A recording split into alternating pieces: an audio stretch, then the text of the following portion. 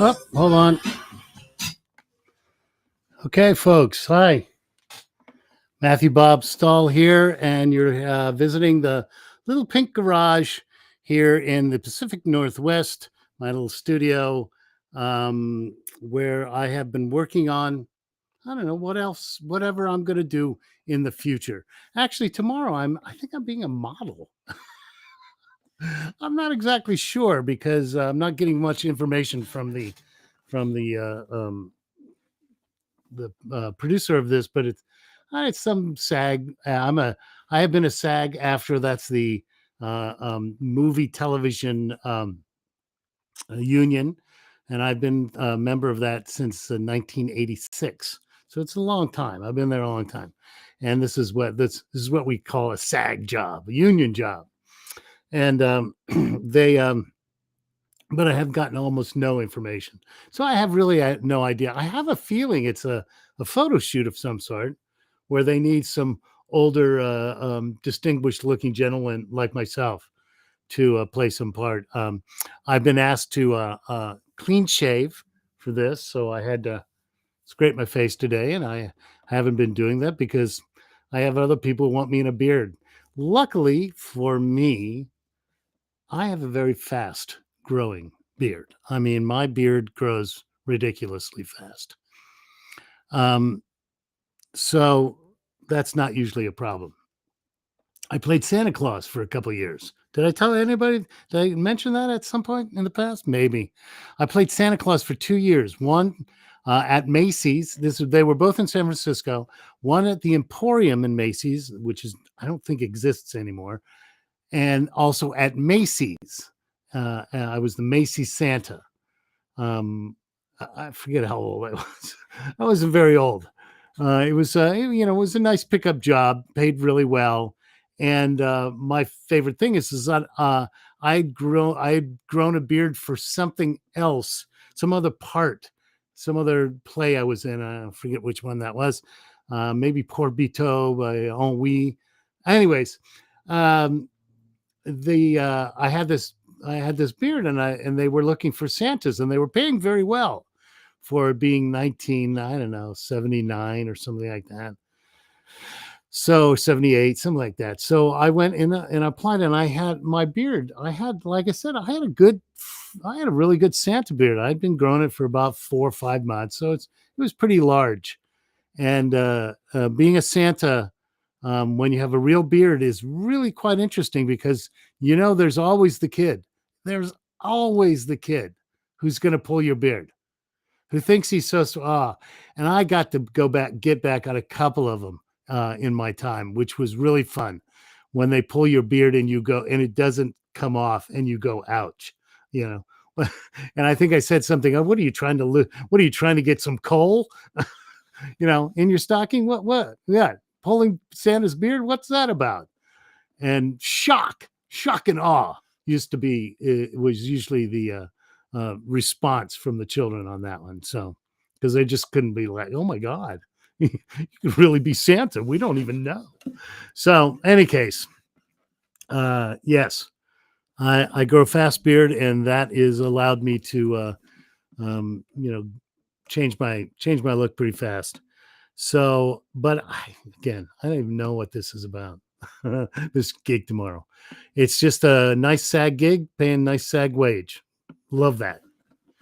So, in any case, but today on the live stream process, but today we're calling it multi-process because we're going to have a very special guest who is a mutual friend of someone else who's been on the live stream, Phil Abrams, friend of mine from Los Angeles, and an character actor, and has a wonderful short film out, winning awards around the country.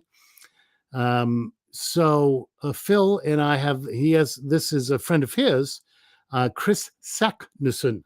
And Chris Saknussemm is I'm calling it multi-process because he's a multidisciplinary and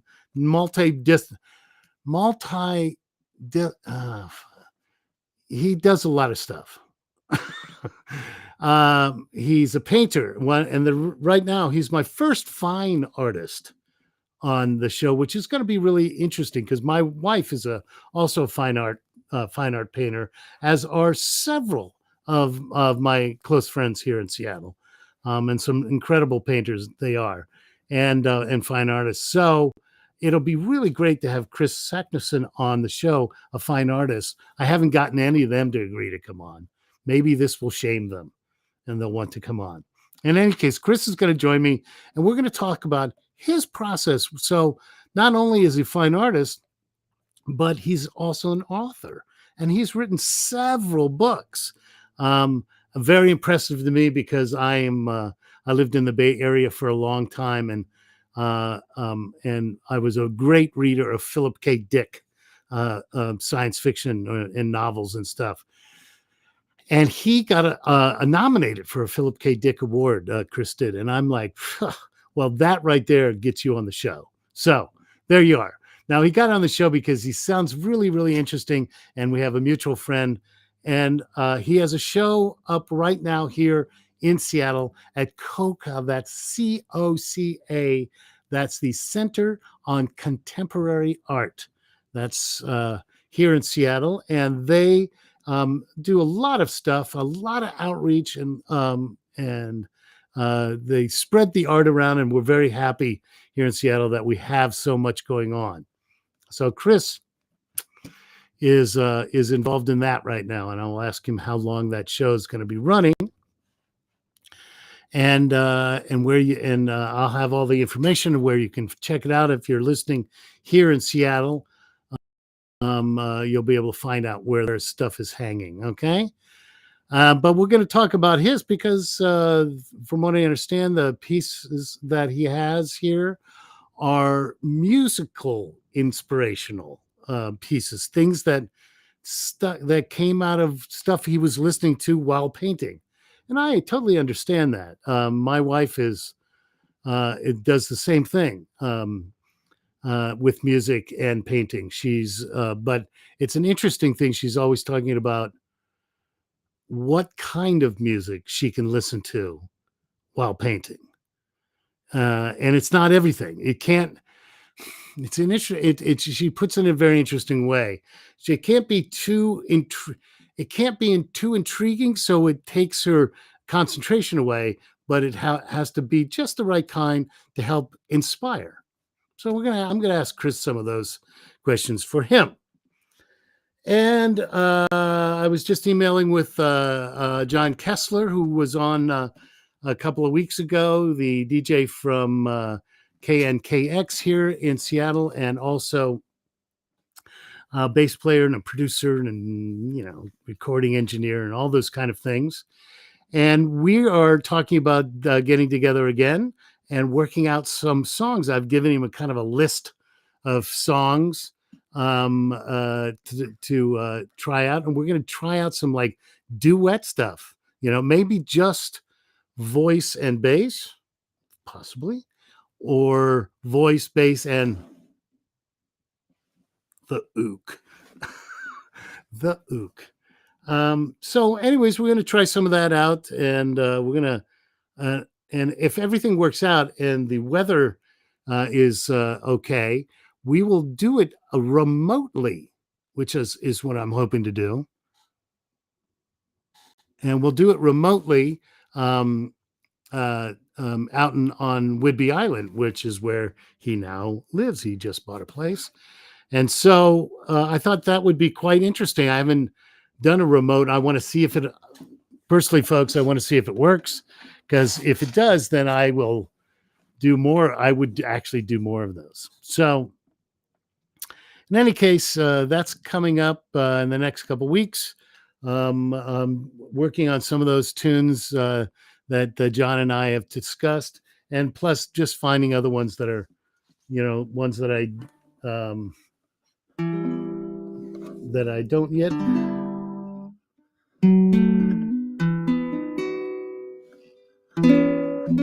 There it is. E minor 6. That's what it says, I believe. So I started this. I think I started this last week. And it's very rough because it's a very unusual song. It's very cool. It's funny, the version that I knew, that I remembered from my youth, of this song called "Feeling Good" was by Nina Simone. But when I do these things, when I'm looking at new tunes, I'm always trying to find out, okay, Nina Simone is the version that I know, but it's not she was not the writer of this tune, which is really fascinating to me because Nina Simone didn't do just anybody's stuff. This one is written by Anthony Newley, and unless you're of a certain age, you'll have no idea who I'm talking about. He was in the original movie version of Dr. Dolittle with Rex Harrison. Okay, Anthony Newley. Was this written for that? I don't know. Could be. Could have been. The words are birds flying high. You know how I feel. Sun up in the sky. Yes, you know how I feel. Reeds drifting by. You know how I feel. 'Cause it's a new day. It's a new dawn. It's a new life for me. And I'm feeling good.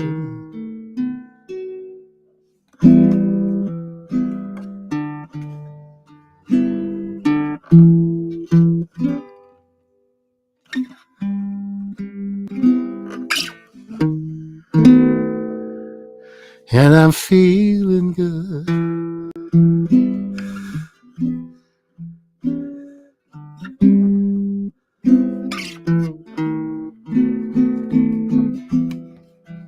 Fish in the sea, you know how I feel. And river running free, yes, you know how I feel. Blossoms on the tree, yes, you know how I feel. It's a new day, it's a new dawn, it's a new life for me. And I'm feeling good.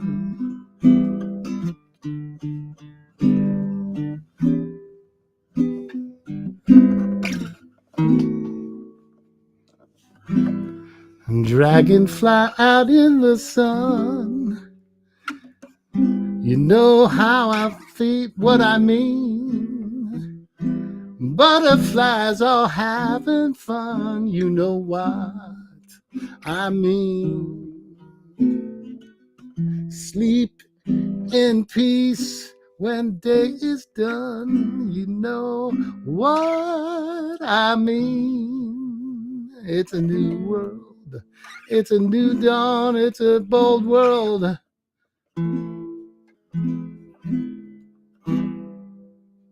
What is that?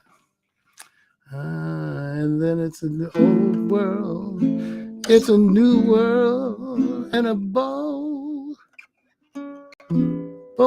world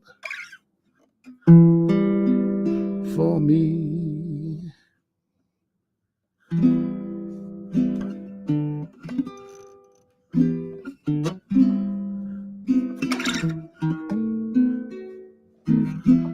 Stars when you shine, you know how I feel. Scent of the pine, you know how I feel. Oh, freedom is mine, and I know how I feel. It's a new dawn, it's a new day, it's a new life for me. And I'm feeling good.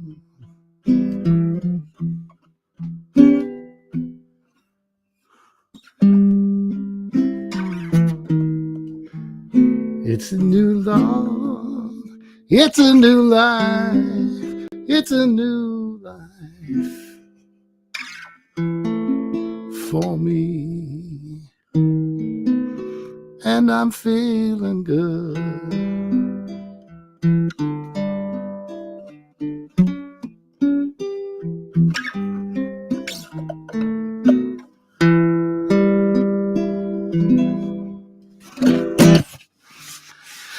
Yeah, I have a feeling it's a song that you can really, yeah, as anybody who's listening to anything I've done, I tend to pretty much mess around with with the melody anyways.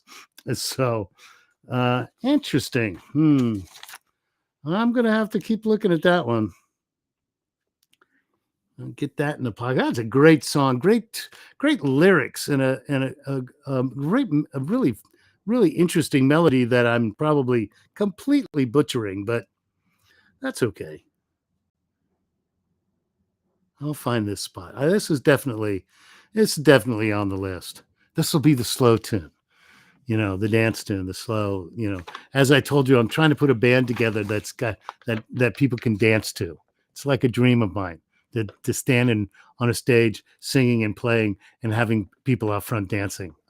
Really, kind of looking forward to that. So, but you have to have, there has to be balance. You can't. I mean, yeah, you can go to country western. You can actually have it, and just do nothing but dancing. But that's it. To have a nice show, you got to have something that brings it down. The tempo's got to change. Can't just have it. You can't just have that unless you're on something. And even then, so all right. So feeling good. That's an upcoming tune. Here's here's one of the ones where let's see if I remember how this went.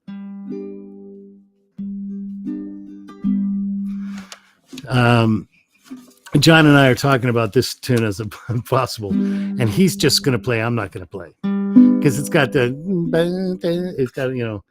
well, you'll know as soon as I play it.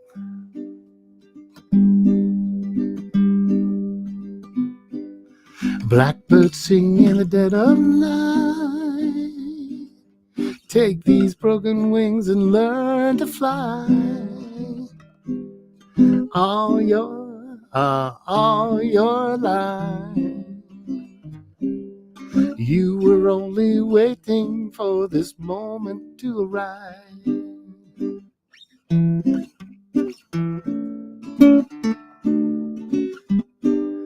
Blackbird sing in the dead of night.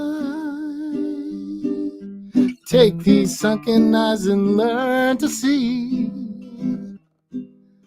All your life, you were only waiting for this moment to be free. Your blackbird fly, blackbird fly into the light of the dark black night. Is that it? Into the light of the dark black night. Anyways, I'm working on that one. I might have to change keys or warm up more. I'm a little froggy today, I noticed when I started singing earlier the day. And I haven't actually, and I know that because I've been singing for a while and I'm still kind of froggy. So that's always, you never know where that comes from. Yeah. So let's see, what else I've been looking at? Oh, geez, that light. I have to turn that light on. Oh, I see what happened. Hold on, folks. Light adjustment. Quick light adjustment. Don't pull anything out. I see what happened. I got moved. My studio is a bit crowded right now with a bunch of stuff everywhere. Sorry. Yeah, I'm a little crowded in here right now. Don't ask me any. I sometimes have to just stop and go through stuff and get rid of things. And it looks like I'm about at that spot again. All right.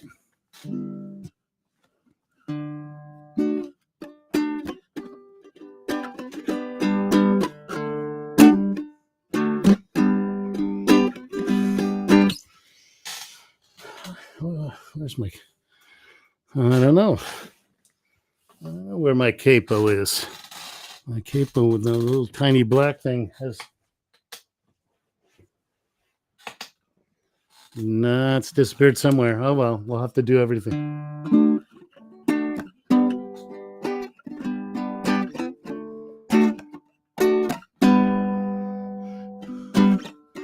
Here's something for, it's something for the January 6th.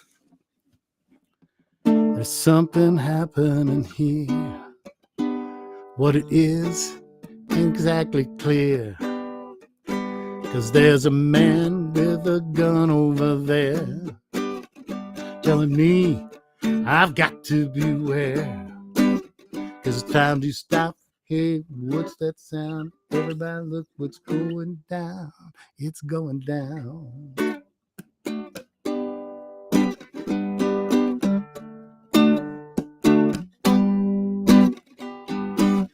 There's battle lines being drawn. Everybody's right if I said nobody's right if everybody's wrong.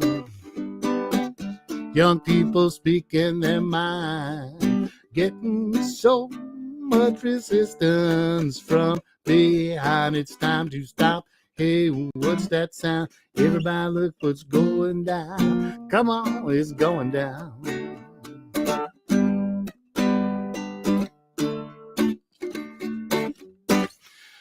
That's it's what a field day for the heat.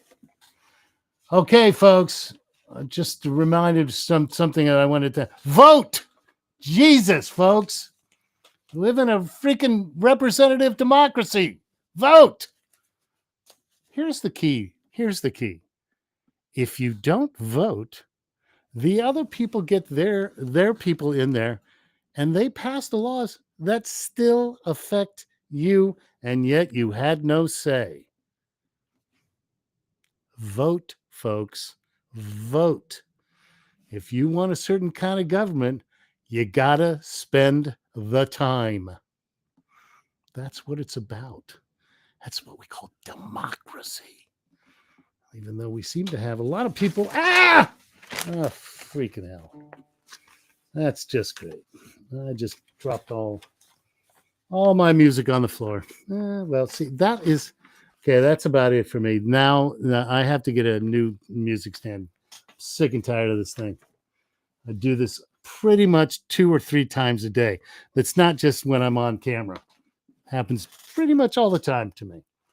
It's a cheap little freaking thing that I've had forever. Probably had it when I was in band, and no, couldn't be that old. Couldn't be that old because it would have disintegrated by now. All right. Oh, geez. Woo.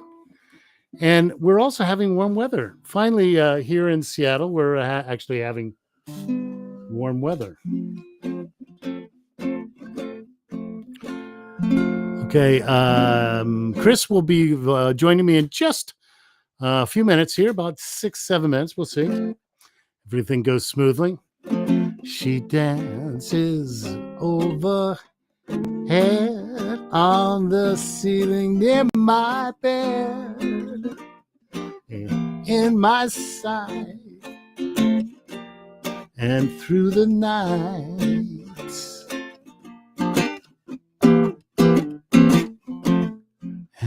tried to hide in vain underneath my guilty pain. There's my love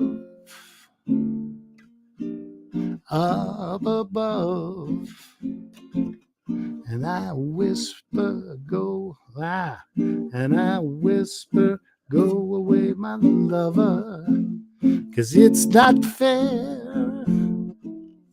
And I'm so grateful to discover that she's still there.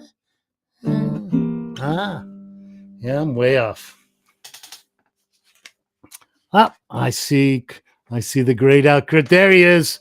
You guys, okay, well, just a few minutes, Chris, while I get myself back together and get ready. Okay, Chris is here. We're going to start this thing because seeing my singing and playing just pretty much sucks today. I don't have my, it's kind of weird. It's very disturbing when you don't know what's. Okay, going out of sight for just a moment. Yeah. As I pick up all this crap off the floor. All right, there we go. Anyhow, I've already practiced. I'll practice later. So we're going to have, I'm going to take this off because my dog's here. If you hear moaning in the background, that's just Hoover having a, thank you. Deborah, thank you very much. You're very kind. And I appreciate it. Yeah, no, it's funny. Even now, I mean, I'll come back to it later as well. But I when you're having issues, when I feel like I don't hit the notes or something's going on. I don't know what, maybe we stayed up too late last night or I got up too early this morning, which is quite possible because I got very early this morning. I probably wore my voice out a little bit too much and should have shut up and not yacked so much. But as people who listen in on this thing know, I'm kind of a yacker. I like to yak. All right. Let's see if I can get Chris in here and we can hear what he sounds like. Okay. Oh, we're side by side. Yeah. Oh, perfect. And we can hear you, and that's all good. That is what we like to hear. Good. Chris, nice to meet you. Nice to meet you, Matthew. Thank you for having me on. I have been an enormous Bob's fan for a very long time. My friend Phil Abrams turned Yes. me on to you guys a long time ago, and I've got my helmet on was my power up song for years and years and years. And I'll just tell you briefly a little Bob story. I've done many, many different things in my life. Some really adventurous things and some very sort of basic business things. But for a long time, I ran my own advertising agency with an art director partner. And I was going out to a big meeting this was in Melbourne, Australia. And I went out to a big meeting on the far outskirts of the manufacturing part of the city, one of those low, flat building, nondescript modernist buildings with the windows completely tinted. And I needed to change clothes for the meeting. I was running late. So I pulled my car in on the back side, like way away from the foyer lobby, the receptionist, the security people, everything. And I did my whole change, and I've got the door open, and I've got the Bobs playing. I've got my helmet on. Nothing can do me wrong, right? Yeah. Well, it was a full change. On, but it was a full change. Uh-huh. So I go into the fancy foyer lobby, get escorted around to the boardroom. And of course, windows are only tinted one way, Right. And I look out and I think, that's my car all by itself. And so my whole change performance, getting down to the underwear, had been viewed by all of the people I was about to present. That with I've got my helmet on at car shaking volume.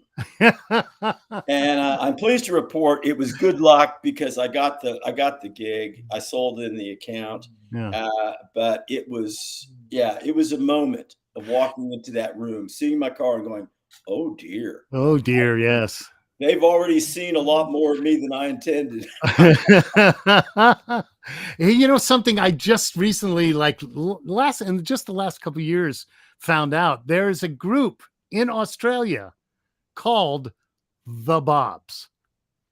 Oh, really? Oh, I Yeah, haven't. I was listening to no, so I don't know. This is they were real. like they're a reggae group, or they're yeah, totally, yeah. I think it's on Bob Marley. I think they're a reggae group, and Oh, that could so be. Yeah, but that could be. they wrote me and said, "Do you mind if we use the name?" And we were like, "No." No, no, why? It's not, it's not like you're gonna affect our $1 million seller. Right. Yeah. Right. Yeah. Well, So I think it's great music still. I love a cappella music. I think it was really cool. It remains cool. It's in my playlist. thank you. Thank you. I think the Bobs did really well. We had, as I've said on this live stream many a time, we had a lot of fun. Um, Pretty much never knew what was going to happen on any live show ever, because the way we did things was you could change anybody could change the set at any time. Anybody Right. could say, I don't want to do this next song, can we do this one instead? And we would all go, yeah, why not? So, or we'd have a little argument and then still go ahead and do the next song. My favorite part of that is that finally I got to the point that we were changing songs in the set so often, that I was like, I had spent time like working out a set and picking the tunes, and yet we'd get up there and I don't want to do that. No, I don't want. I said, you've had all. We were back in the dressing room. You could have said that then, kids, and finally I got back at the Bobs by cutting up and making little pieces of paper with all the songs written on them, and I put them in. I always I am a hat wearer, so I usually have a hat with me when I go out, and so I would put these in all these pieces of paper into a hat, and then pass the hat out into the audience and say, "Okay, pick the next song." And Excellent. Very people would data. reach Yeah. in, right, pick out a song. But the thing about it was that not everybody knew all of the songs that were in there. I mean, Richard and I knew them because we've been there since the beginning, but this is like we started this during with Joe Bob and Amy Bob. And, these songs would come out and they'd look at each other like, I don't know that song. And Richard, of course, being Richard in his very bass voice, would just listen and make something up. There you go. There you go. There So you we had go. a lot of fun doing those, and people would pick songs, and I would just get these like daggers from the rest of the group. I can't believe you're doing this to us. I'm like, well, you could you could have helped pick the songs in the dressing room, but you didn't want to do that. So, anyways, it was fun. We had a great time. We had all the live shows. I can't remember anytime we walked on stage, even if we were tired or grumpy or whatever. As soon as we got on stage and because we played off the audience so much, the energy from the crowd was where we came from, and if they were having fun, damn, we were gonna have fun too. Yeah. I So, hope that that appreciation of vocal harmonies comes back into play. mhm. A long time ago when I was in New York and I met Little Anthony of Little Anthony and the Oh, Imperials. sure, yeah. And he showed me a remarkable photograph that was taken in the moment before they became famous. Uh-huh. And it was on Atlantic Avenue in Brooklyn, and there was a recording audition studio there. But there was a line of groups stretching back as far as you could see, basically young Wow. people, Wow. doo-wop groups Right. competing. They would get 2 minutes audition, and they had to be Yeah. on the case. So they're kind of jostling with each other and sort of, trying to get each other off the game in line Yeah. while Yeah. still trying to practice. Yeah.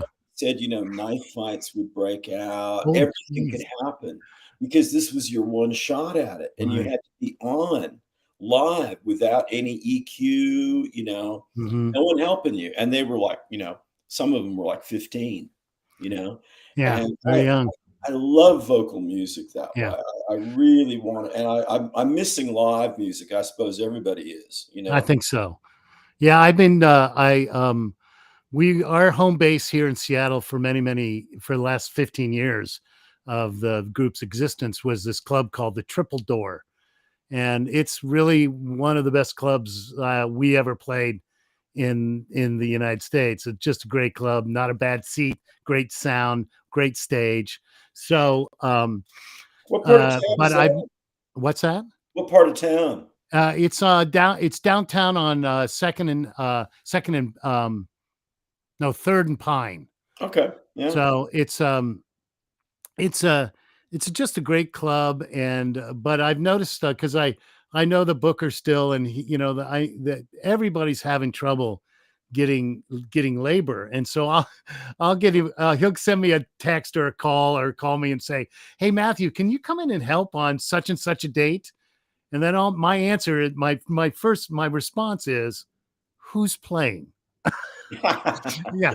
And Yeah, then I'm like, oh yeah, yeah, I'll come and do that one. That'd be great. I've seen some great acts, but um none of them are sold out. About three quarters. And mhm. people and names that were before COVID playing much bigger venues. There's still not that total comfort yet, especially in our age group, right? There's still not that total comfort of going inside someplace and hearing music. Now, Seattle just did a great thing. They opened a brand new outdoor venue uh, up at Volunteer Park, which is this beautiful park up on the hill. Um, and I'm like, what a smart idea! Bring your picnic, dinner, and just hang out on a blanket and listen to music. It's a really nice idea, and not very many of those places. So, but I think I agree with you. I miss listening to live music and seeing it. So, Yeah, I yeah. think it's gonna really affect the younger generation of just not having that direct experience of a live audience and responding to it.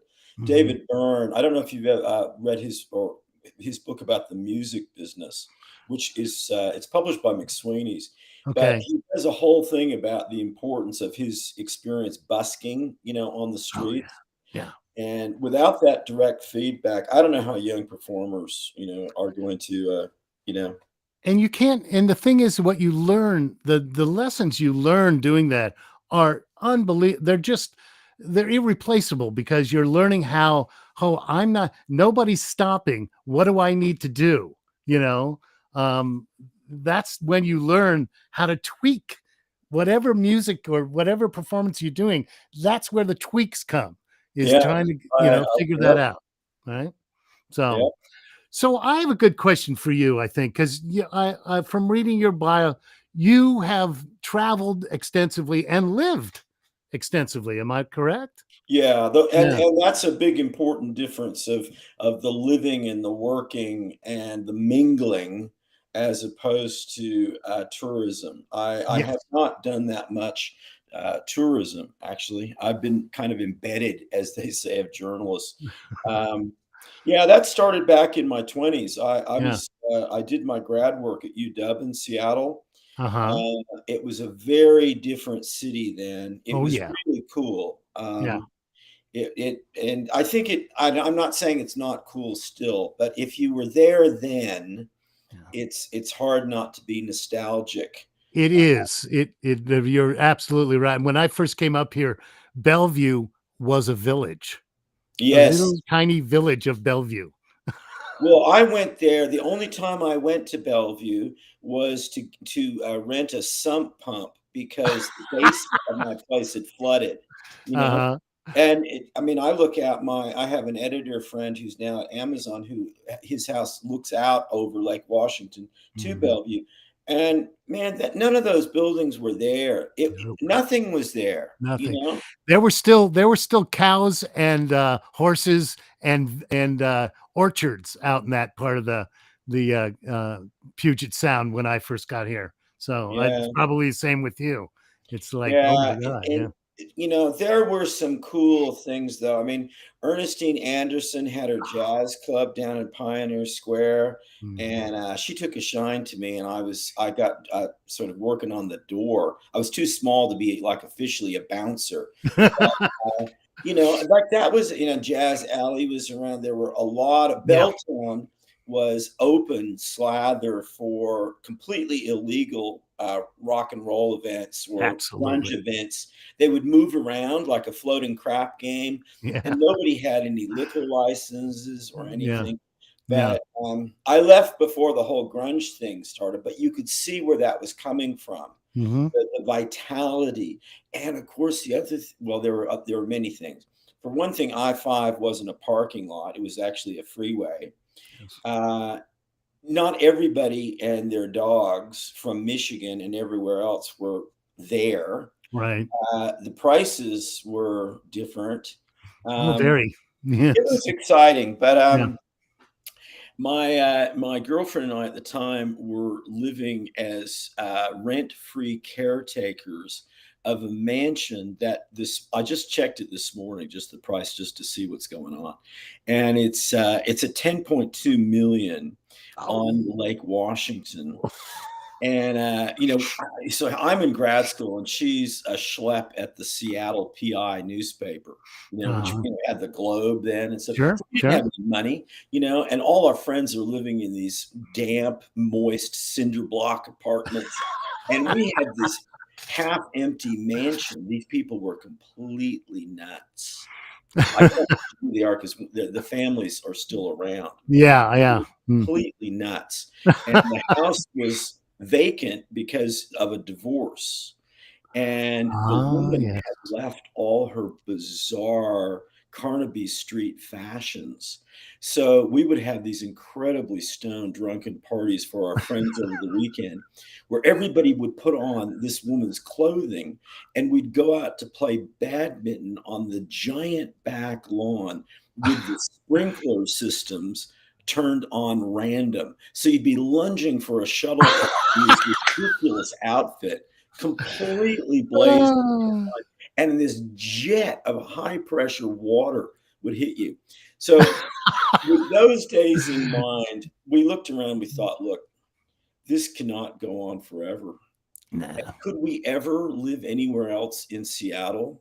Mm. And then a lot of personal sort of family issues came up, and it became possible to, well, we got a gig in the Southern Hemisphere, and that started the whole adventure ball Uh, rolling for me. that's a question and something I've brought up here on the live stream before about. I mean, the Bobs toured a lot in Europe. My wife is Swiss, um, or actually Swiss/Scottish because her parents are both Oh, from Scotland. Her parents were both from Scotland, but she was born and raised in Bern, Switzerland. So, and the Bobs first went to Europe in '86 when we played the Edinburgh Fringe Festival, and we went back all the way up until the early mid 2000s. And the difference was always very interesting to me uh, culturally, because I quickly found out that culture in Europe was a really important thing. And yes, yeah, I mean, and something real. they took great pride in.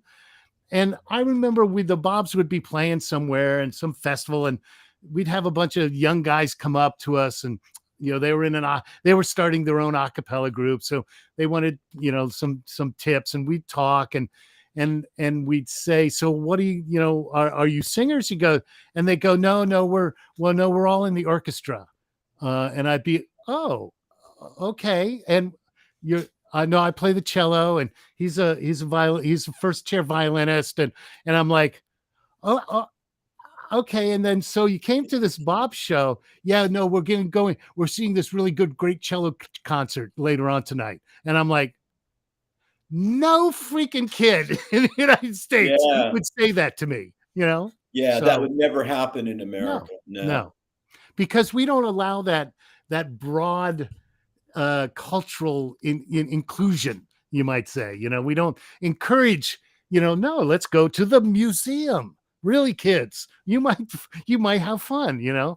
So I know our kid, our son is that we drug him to every museum that in every city that we ever went to, and he's been traveling to and from Europe since he was 6 months old, and he's now 24. So he's got, and I think travel is something Americans don't do enough of, and I think that's Totally, and they know nothing. As poorly as we perform in terms of language capability, first language English, hopeless in second language, yes, ability. yes. But our geography knowledge is just, it's ridiculous. Well, we don't basically teach. School has gotten very. We're not teaching even civics anymore. I was asking Yep. because when all this crap came up, I thought just I was talking. Don't you? And I said to some, don't you guys get civics or government or something where some class in junior high or high school where they speak about how representative government works and how the Constitution and how we got here, and because I just remember that was like you didn't graduate if you didn't pass civics when we were in school, right? Well, there used to be some standards, Uh, I have to say, there are some places in the world outside of Europe that I'm really excited about for the strength of standards, the depth of the education, and the vitality of the young people. mhm. And they're very expensive cities. We often don't think of them as an expensive city is not student friendly, but the Right. students are smart and they know how to work it. Hong Kong and Singapore, I think, are really Huh. exciting for young people and for that cross of art and technology and entrepreneurship, but also that kind of cool art vibe that was before, entrepreneurship. Uh-huh. I've also think a lot of what's going on in Vietnam. So it's sad what's happening in America. Mhm. It really, really is.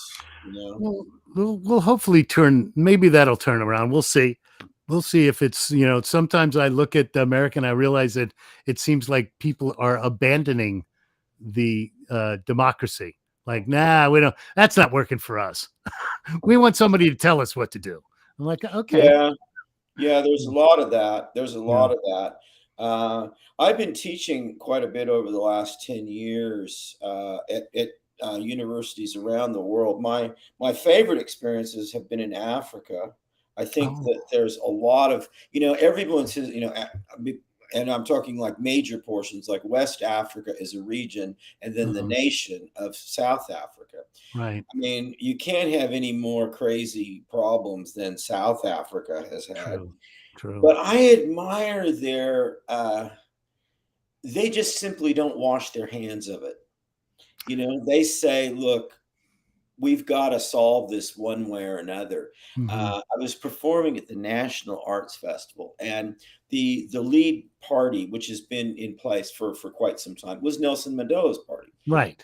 which has unfortunately become, well, you could, depending on your point of view, either flaccid or openly corrupt.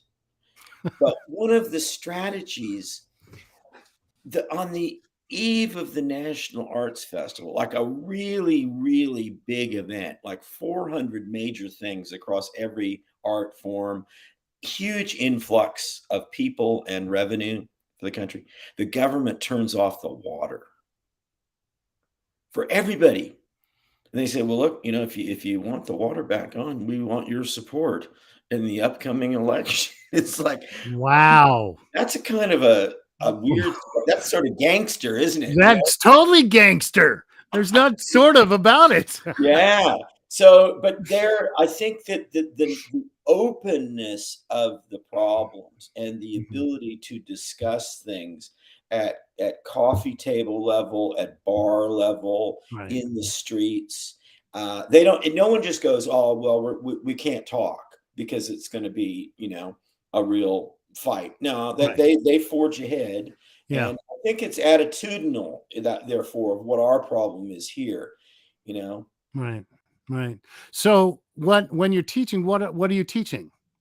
Primarily, well, my main hat that I wear is a writer. I started Yes, you're an publishing author, a right? long time ago, but I Yeah. think of myself as a multimedia artist. I'm very proud to say I've got my first solo music album ready to launch. It's just coming out on CD Baby, but Fine. Fine. it's anthro trance, and as an anthropological, kind of like Brian Eno takes acid in the rainforest of Papua New Guinea. Okay. And All righty. it includes a whole bunch of original field recordings, because that's what I left America to do, to kind of try to be an anthropologist. So Uh-huh. I've got like tribal weddings, an old man doing the mourning, grieving for his dead wife, a healing ceremony. My healing ceremony after I contracted malaria, the and part of the reason I recovered is because they presented me with a beautiful mummified freshwater crocodile, and I woke up in this Red Cross tent. Seriously, and I'm, of course, just more wet than dry, Right. and the hallucinations of the high fever had kind of calmed down, and the only sort of serious medical person there was a West African French speaker. He was the regional person there, and the rest Right. were sort of volunteer nurses from local communities. And this is on the Sepik River, Okay. which is, if you want to go catch malaria. I mean, I love the Sepik River, but that's the place to do it. So I Okay. woke up and on my chest is this, like, it's a blackened freshwater crocodile. And that was the magic, you know? And Wow. I think it worked. So Yeah. that all stayed with me. And I've got Mhm. a thing of, I did go back and record some things in more recent time, in on the Indonesian side of New Guinea Island, some beautiful frog stuff. And I've got Mhm. my hand pan drum and I'm sinking into the marshes. And it's very low tech in recording quality, but I think it works. So, So so have you done this? Is this a form of music that you've explored before, or is this a new project that you started? That well, came out of this kind of anthropological study? yeah, and do you know John Hassel? He just died a couple of years ago. He was a sort of a very experimental jazz trumpeter, ambient. He did some stuff with Brian Eno. Okay. Dream Theory in Malaya was one album. He's very prolific. Okay. And he lived until, I think he was like 82. He died a couple of years ago. Um, but I loved that kind of you know adventure, a dream travelogue through music. So I've Mhm. been fooling around with that for a while, but I only really got kind of serious, in the same way I got serious about my visual art, as kind of an escape from the writing. Okay. Writing is inherently solitary. The Right. chance for reading opportunities, and I'm a real performer that way. Those just disappeared well before COVID. Absolutely. Yeah. You ask any, Yeah. if you want to lose people's interest quickly, say, "Would you like to go to a poetry reading?" You know, I'm sorry, I apologize to my poet friends, but Yeah. most people just aren't, good at performing, and it's been a Right. long time since Jack Kerouac and Allen Ginsberg and the Beats, and it just, we Mhm. lost that energy. Yeah. So I Yeah. needed something that would get some feedback from people more immediately than, "Hey, read this book that's 250 to 400 pages," you know? So, the stuff that you have here, showing here in Seattle, that's according to what you say, it's is that has some basis in music, right?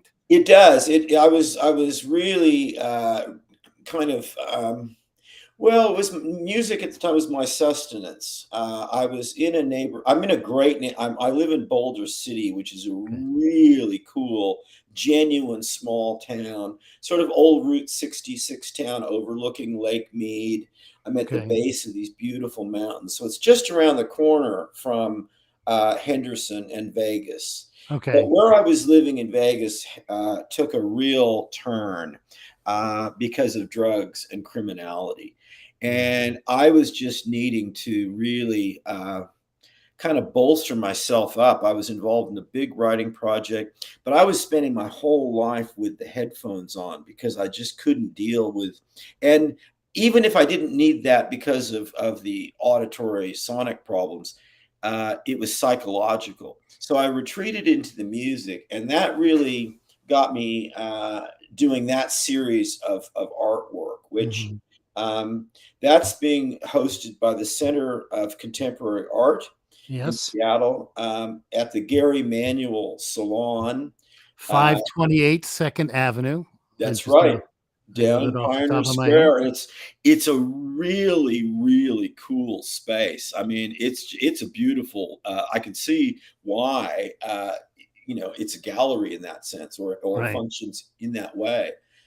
Very pleased to be there, and that's a precursor to what will be a really big show a year from now, Matthew. Mhm. Really big. I'll be the solo thing at the new Coca Gallery. Oh, fabulous. Yeah. Yeah, yeah, I'm really looking forward. That has a lot to do. It's a kind of psychogeography exhibit about maps and our need to make interior maps. And I'm going to be up in Seattle. We'll actually be able to meet. I'm going to be there for a couple of months Oh, doing fabulous. workshops and stuff. Well, then you'll have to come in and do this whole thing Yeah, live. I'll bring the handpan drum and maybe a few other Oh, things. perfect. Or you can play my bongos. Oh, look, that would be a real treat for me. I'm a humble fooler around, but I'm very Mhm. pleased with what I've done, Yeah. nonetheless. And I think that that would be a message for everyone who, particularly, as we get to into that mature age category of, and one of the things I do in my teaching and my workshops, it has a lot to do with cognitive enhancement of Okay. alertness, memory, and the capacity for improvisation. And as a musician, I think and you introduce this so well. Improvisation is such a fundamental part of of Yes. of music and Yes. the joy of it. And we need to have those skills working in all our lives and to not be this OCD rigid thing of like, well, I can't deal with this. And more young people are having these problems. More and more young people are having memory problems, and they're having general alertness problems, particularly relative to people like in the Solomon Islands or Papua New Guinea. They just, our people just, they're kind of like, they're basically lost in these devices. I think that's one of the key problems. But Yes, I think so too. Yeah. I, all of the thrust really in terms of my writing, which is predominantly nonfiction of late, and I've got two books ready to go to the agent, the new record album, and the visual art. It really has to do with breaking these patterns of like, well, I can't do that. I'm not that kind of person. You Hmm. know, Okay. um, and I mean that's just nonsense. I mean, that people who really are musicians welcome people in. I mean, maybe Absolutely. they've got a recording gig and the meter is running on their studio time. Okay, well that may not be the time to try to sit in, but Right. generally speaking, real artists who are really on top of their game and love what they're doing welcome participation. Because it's new input, it's new information, you Yeah, know. You and get you never information know from the what. weirdest places. Yeah. Yeah, you Yeah. never know what. Right. And I think that's sort of the really important thing. So I was listening to a lot of music that was trying to rebuild my psychic frame and making I was a little bit limited in the art space I had a great studio set up. These two wonderful women who are really good friends. They went off to Prague on a fellowship, and I had their studio for some time. And then, of course, they came back. And I thought, "Oh, no," and I was just crying tears because I had Oh, space. So yeah, I was suddenly back in a kind of in my own condo right. and doing what I could within that space, listening to the music and trying not to deal with a neighborhood in very serious decline in terms of criminal violence and drug Yeah, use. So, yeah. Yeah, Vegas is a funny town, and a lot of people don't realize how that Vegas is really, in a way, a very small part of the area of the metro area. yeah, It's quite large, and the Bobs used to play. Although we played, House of Blues and a couple other places in Vegas, we played at places like the Las Vegas Community Center. We sure. played for people who are actually living out in the neighborhoods, which I was surprised how many at a time. Vegas was one of the fastest growing cities in the United States for about 10 years, I want to Yeah. say. So, yeah. How's Lake Mead looking these days? Ouch. Well, it's not good. I have to No. say it's not good. I mean, I love the color of the blue. I love this landscape, this Oh, because it's for beautiful. when I was growing up in the Bay Area, Nevada was the place where all the Twilight Zone episodes and movies shot other planets. Yes, You know, yes. so I always kind of have that thing, and I do believe in UFOs. I don't know if you can see my UFO shirt. I Uh, you have to be a UFO believer if yes. you live in Boulder City because you know what a helicopter and a fixed wing aircraft of any size looks like, and you know the lights in the sky are neither of those. So, but the lake is down, Yeah, yeah, and every once in a while, someone panics because a body. The human remains have been yes. found in a barrel from the Yes. Yeah, 1970s. I read some of those. Those are pretty funny, I and like surprise, surprise. Hello. Yeah. My friend, my neighbor, who we have more helicopter pilots here than anywhere else in Boulder City, and he goes, "What is the big deal?" I mean, every when you fly from Vegas to the Grand Canyon, you Right. fly over this whole section of zinc pits, and he said the bodies were thrown out all the time during the mob period, the mafia, Sure. because come on, this is Vegas. We have more bodies that get found in self-storage units, of which there are many because the land is cheap, right? More than any city in the world.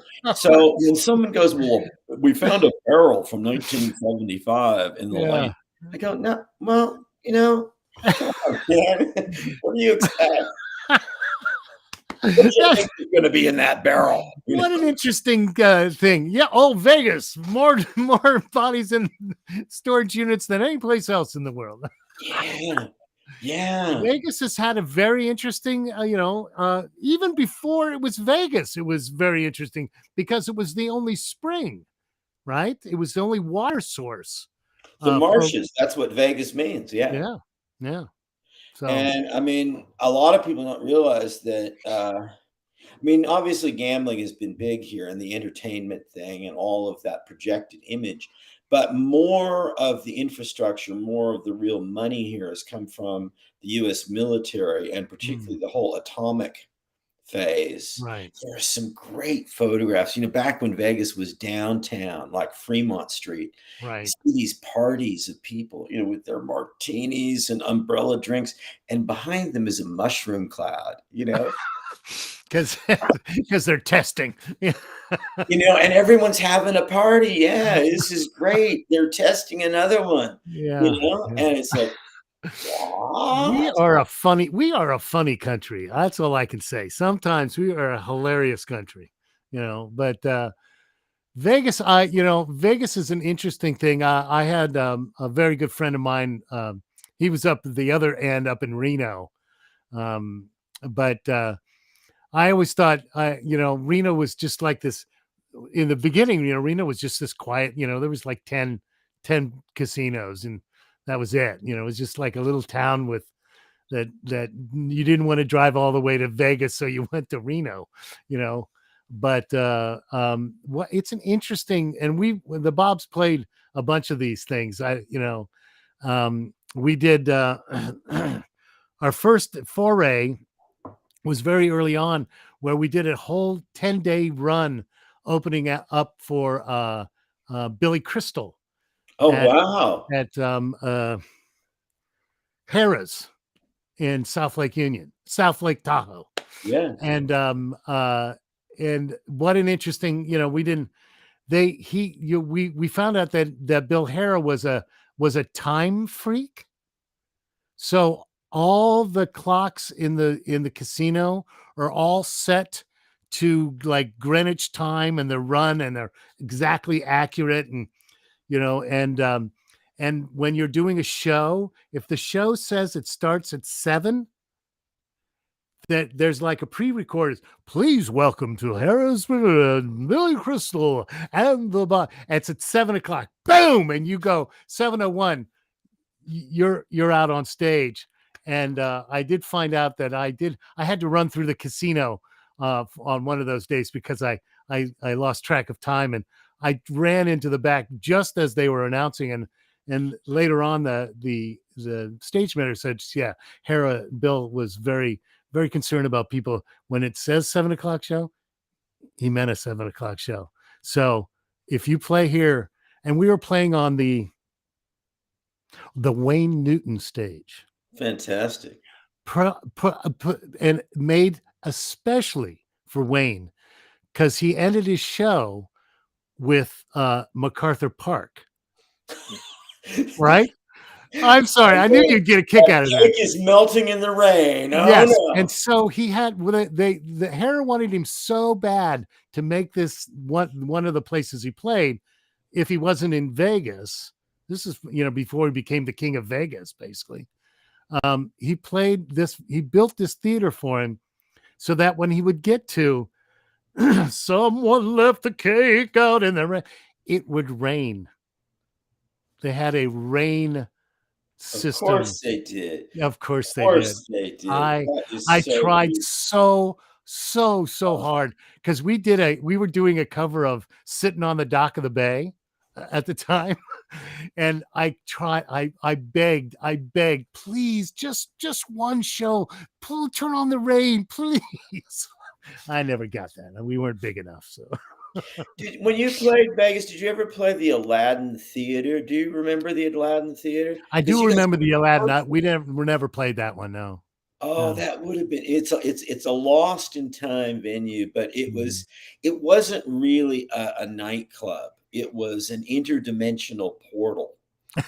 And the people that the acts that would pass through were rather like the people. Anything was possible. Oh, wow. And it was this weird melange of things going on that it really it was both absolutely Vegas pure and Mhm. also entirely different. It picked up on a lot of the weird European stuff that we talked Right. about.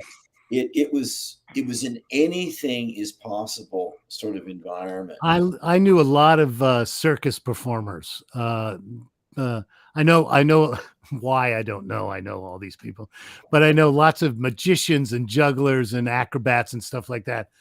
And Vegas has always been a great spot to get work. For that kind of talent, you can always find work in Vegas.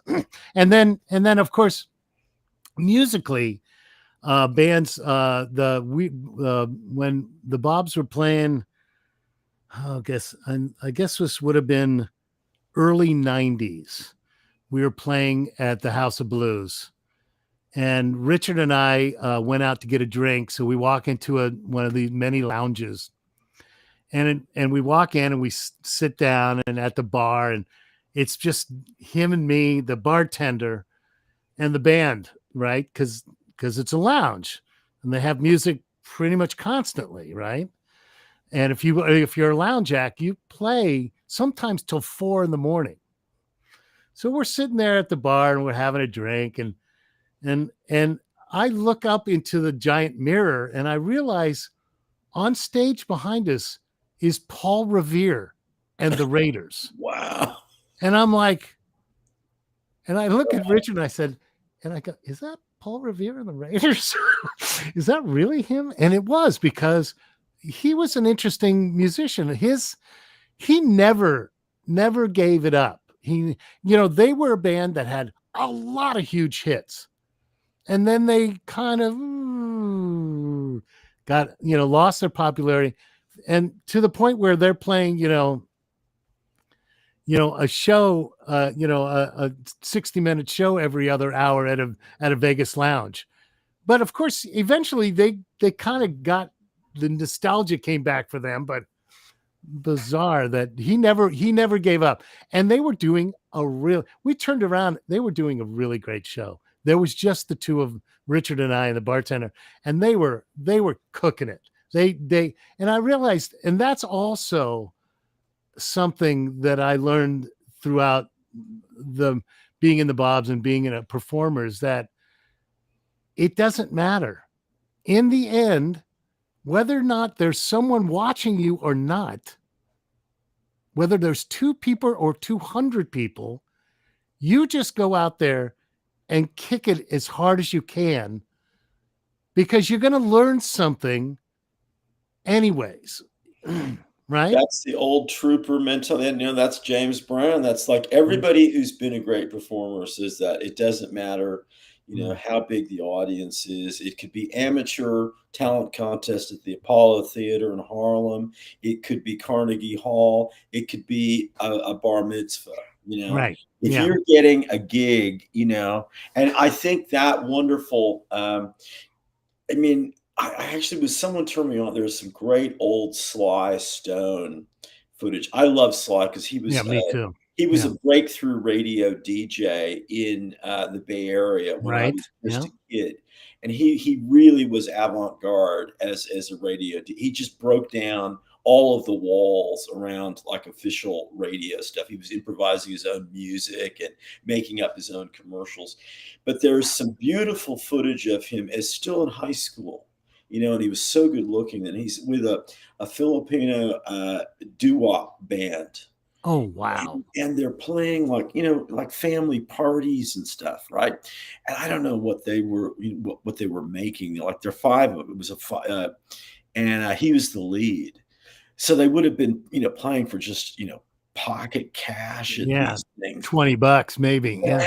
And they're like, there's some, and like some of the footage is kind of, blurry because it's sort of probably like Super 8, home movie sort of stuff. Right. And there's like a punch bowl on the table, and they're in these, prom suits singing. And because he'd started as a gospel family, when he was even younger, but just that thing of like, wherever you have a gig, that's the biggest thing there could be. That might be your last gig. You might as well go out with a bang, Yeah. I think that's the difference between people who are real performers at heart and people who are kind of wannabes, and this new era of like America's Got Talent and Idol and all that sort of stuff. Like, sure.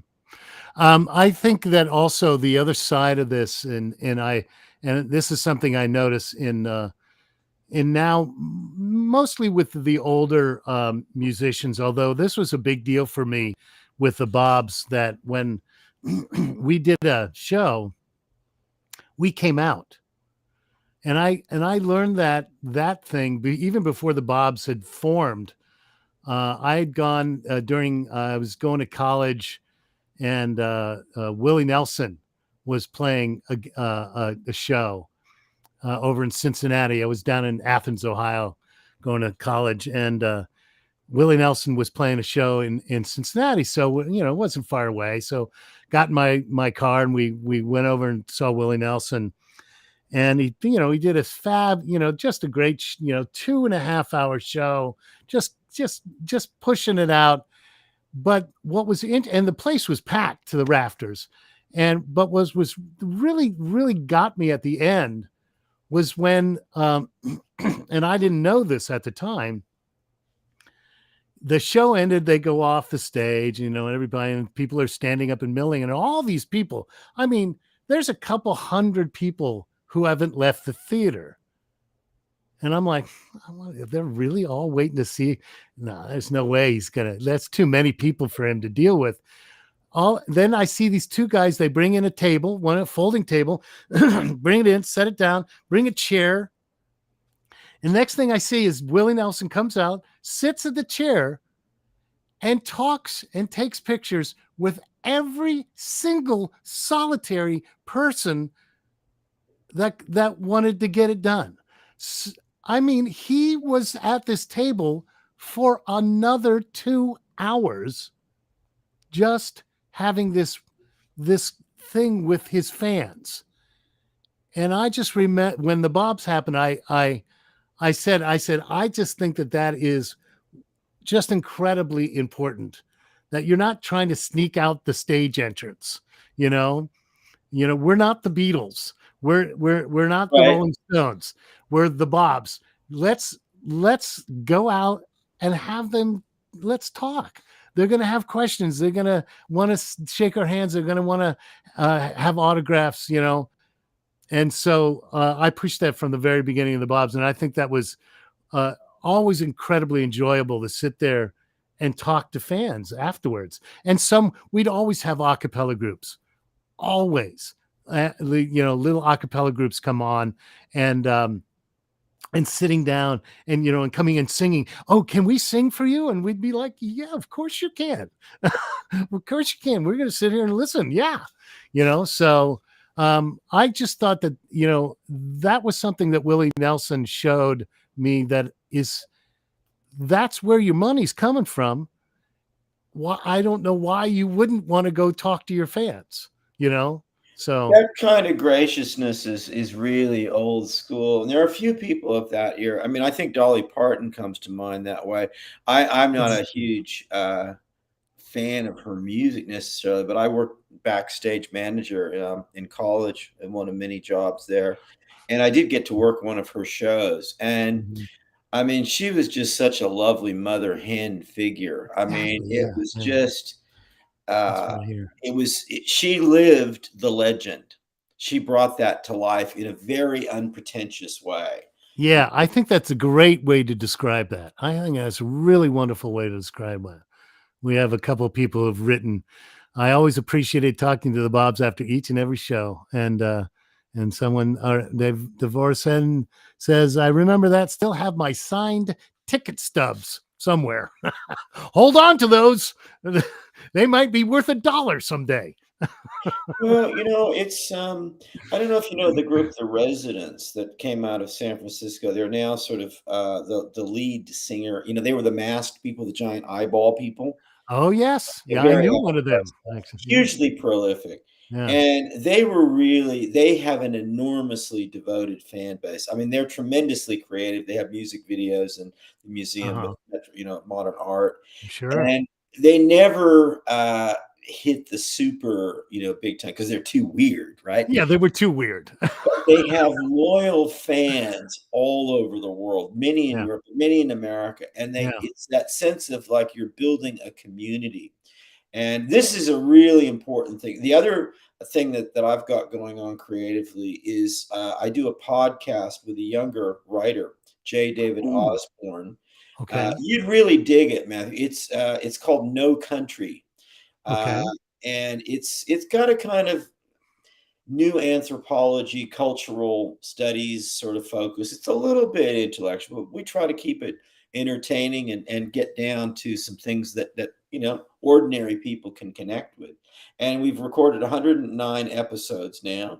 We're getting some good traction with a core, group of fans, and that Okay. sense of community is really what we started because we started off just when COVID really, cracked. And we thought everyone is particularly writers and I think intellectual people, artists, we're very lonely. We got disconnected from our means of sharing. Politics got in the way a lot of Ooh, times.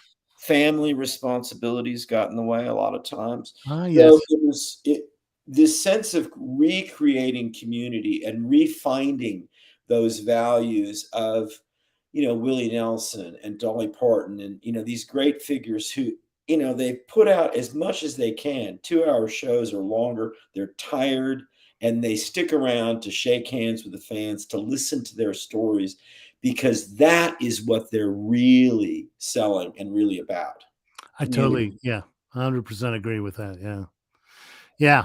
So let's talk. We've kind of skirted around some of the writing part of your life, because you're, like I said, you have a fine arts thing here in Seattle right now, and you obviously have a much larger show that's coming later in the year. I'm looking forward to that. So, but for me, you're also an author, and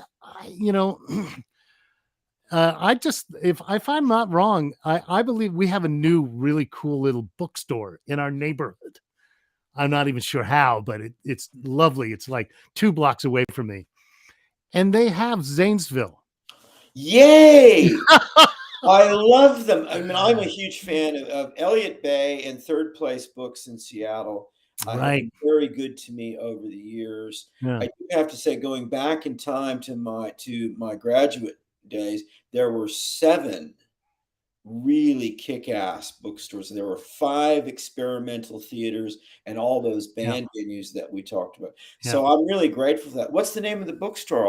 I actually got. I'm so pleased to know about that. It's so brand new. I can't even think of the. Well, bless their hearts. There, I mean, literally, it's on 50 North 56th, literally 2 blocks from the house here, All and right. right in our little. We have a couple of, we have a nice old, really old 40s bar in there, and we have the farmers. We have a little store and a donut shop, and restaurant or two. But Oh, this it they just I this kind of when I saw this open, I'm like, who the hell is opening a bookstore? I'm good for like, wow, you. good for you. That's the spirit. I Yeah. told, yeah, yeah. So I went immediately, and she allows dogs. I have an old hound dog that goes everywhere with me, pretty much. And she says, "Oh yeah, bring your dog in. Yeah, go ahead and look through the books." And I'm like, "Okay, now you've just let me bring my dog in, and I'm going to buy a book from you, or 2 or 3." So Fantastic. yeah, That really, I mean, this is the kind of encouragement and reinforcement I think so many of us need today. And this it's probably, something on your mind when you started live streaming, of just connecting with people and reminding each other that there really is good news. yes, There's good news about art and thinking about caring for each other, about community. And it's so important to get into that groove rather than, oh, no one's reading anymore. There's no live music anymore. And we're yeah, never going to come out of COVID. And gasoline is how much? We just, yeah, too much of that. yeah. Yeah. Well, I mean, I would say Seattle is pretty still has a fairly vibrant music scene. I'm always the argument I get into with many people that are my age or older is when they say to me, "Oh, the music was so much better in the '70s," and I'm like, "No, no, no, good music, but there's also good music right now. If you liked so and so in the '60s or '70s, there's about 5 other bands right now. They're a lot younger, but they're kind of playing that same thing, and they're really good, writing great songs. Good singers, good musicians." And I know a lot of these folks here, and like, I'm always like, wow, guys, I go see them, and I'm like, man, you guys you're really pushing it out, and you're not, and it's that same mentality of we're just going to get out there, Mhm. we're just going to go play, oh, we're only going to make $50, but it's either that or sitting at home. So let's go out and play. So, and Well, I'm pleased to hear that you think some good thoughts about Seattle, because I think that my first exposure to the city was that there was a really vibrant scene for, if not avant-garde art across all forms, new art, let's say, right. in any medium. there was, of course, great support for the symphony and, the establishment, institutional Yeah. art forms, and I support all those, of course. Um, there was, I mean, when I first, there was a crazy thing to bulldoze the whole World's Fairgrounds area, other than the Space Needle, and a lot of people wanted to tear the Space Needle down. And then a couple It of was, really yeah. seriously, like, they go, like, what? I mean, Yeah. that's like, that's the city, Yeah. come on. And then a couple of interesting theater companies and dance companies doing some really strange Yeah. dance stuff. Uh, I actually got asked to do a dance, and I said, one of my fellow artist friends there said, "Well, why don't you try your hand?" I had no idea about anything, and but I got these four performers who were really beautiful, athletic, Mhm. proper dancers. I got them in these stretch bags, which they Okay. couldn't really do much, but they became like these starfish, sort of like souls imprisoned in some sort of microscope limbo, and there was a lot of fun things that way. So I'm pleased to hear that Seattle is still vibrant in your sense. I It wanted to see that. I and it was is, and not only is Seattle still got some of that, you got to look for it sometimes, but the other place is Tacoma. All of a sudden, Tacoma, yes, yeah, holy moly, yeah. Tacoma is like old Seattle about 20-25 years ago, Yeah, right yeah, now, I you know? do get that vibe, and as we were saying, Bellevue was sort of nowhere. That Tacoma, when I was like an old logging town, an old gangster town, Yeah, and paper mill. Yeah, yeah, yeah, I mean, it was kind of a good place to shoot a movie, but you wouldn't expect the yeah, filmmakers to live there other than the fact that it was cheap to live yeah. there. But now it's really, really hopping, and Well, I think they finally got rid of the paper mill, so it's no longer it's no longer known as the Aroma in Tacoma. yeah,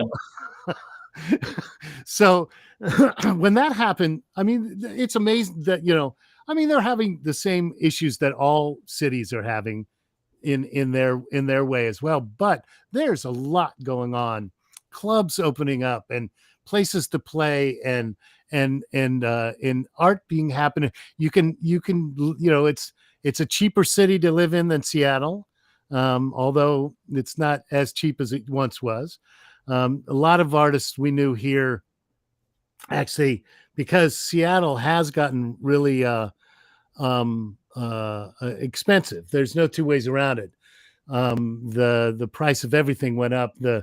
There's no way there's no way my wife and I could afford to live here if we hadn't bought our house in 1993. So, yeah, yeah, but what happened to a lot of artists we know, they to be able to keep doing art full time, you sometimes have to say, well, I can't afford to do that if I'm living here.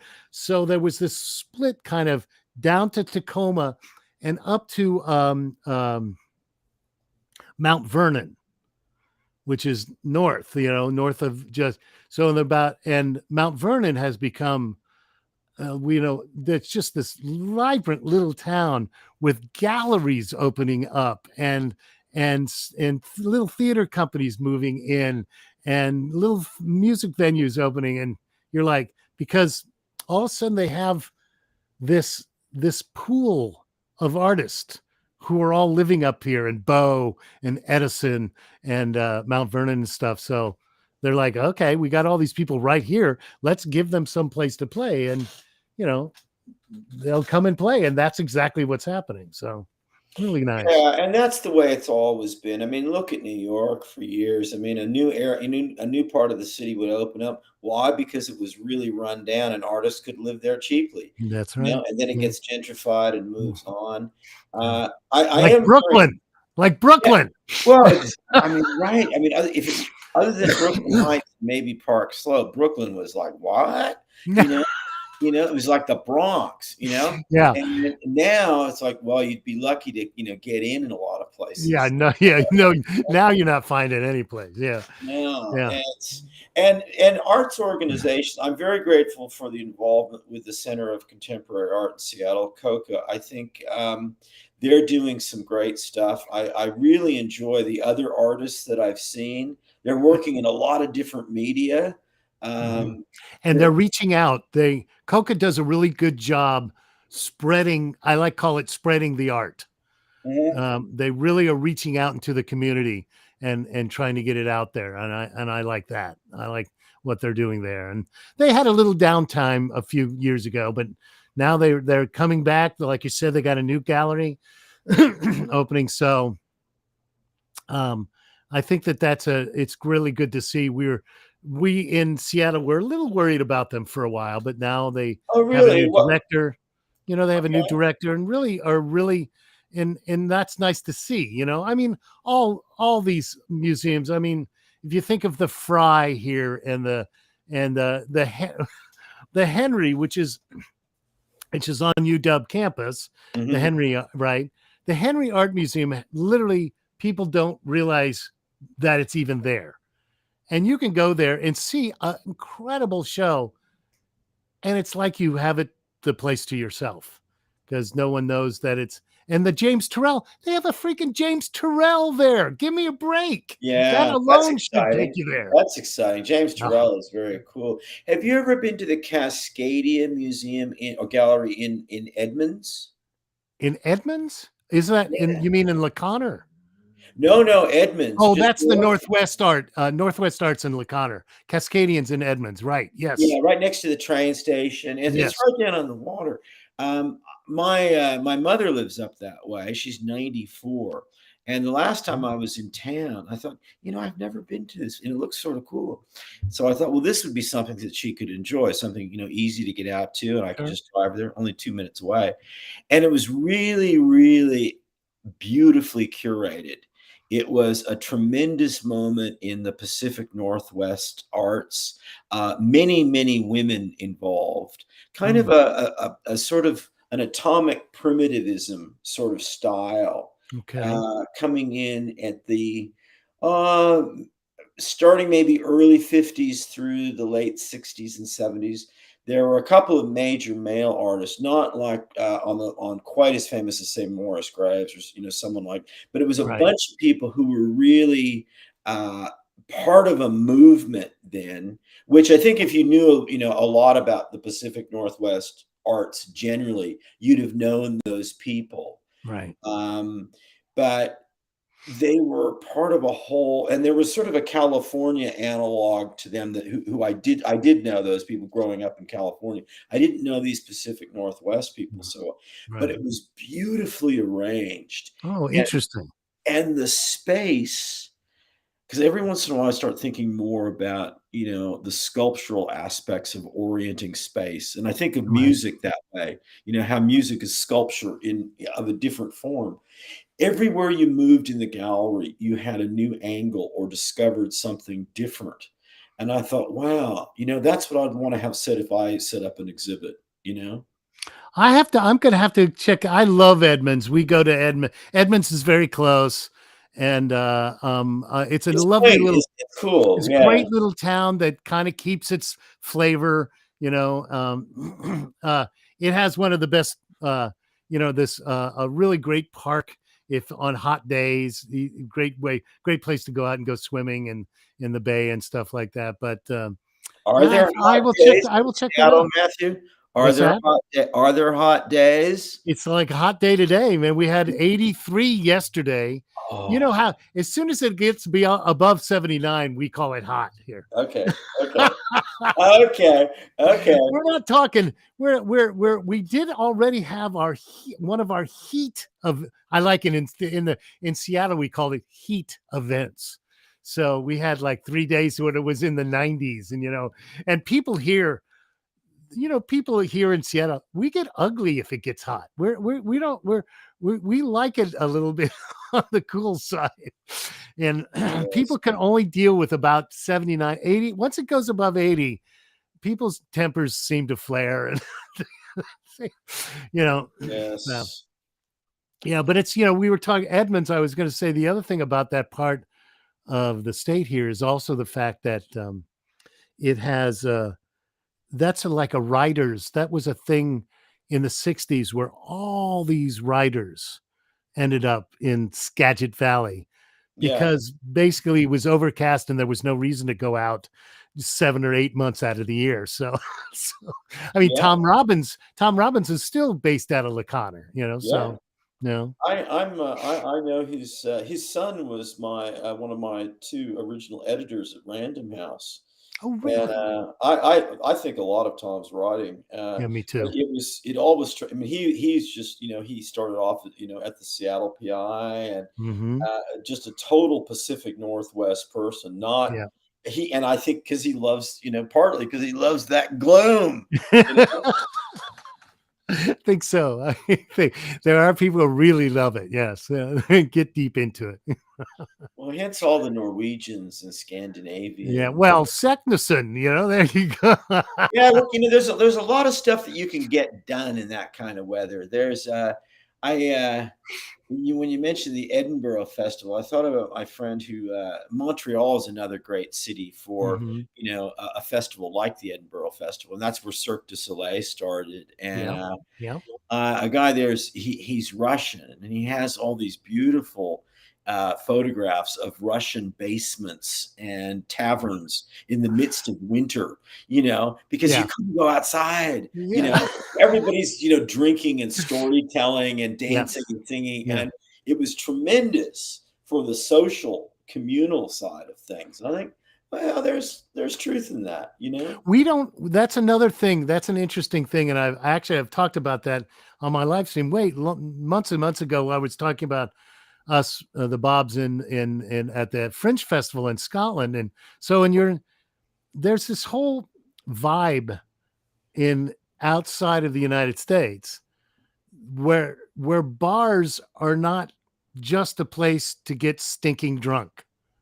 You know, a bar is not only a place to go have maybe get stinking drunk, but it's also a place that politics gets talked about, and society, and this and that, and arguments happen, and they, and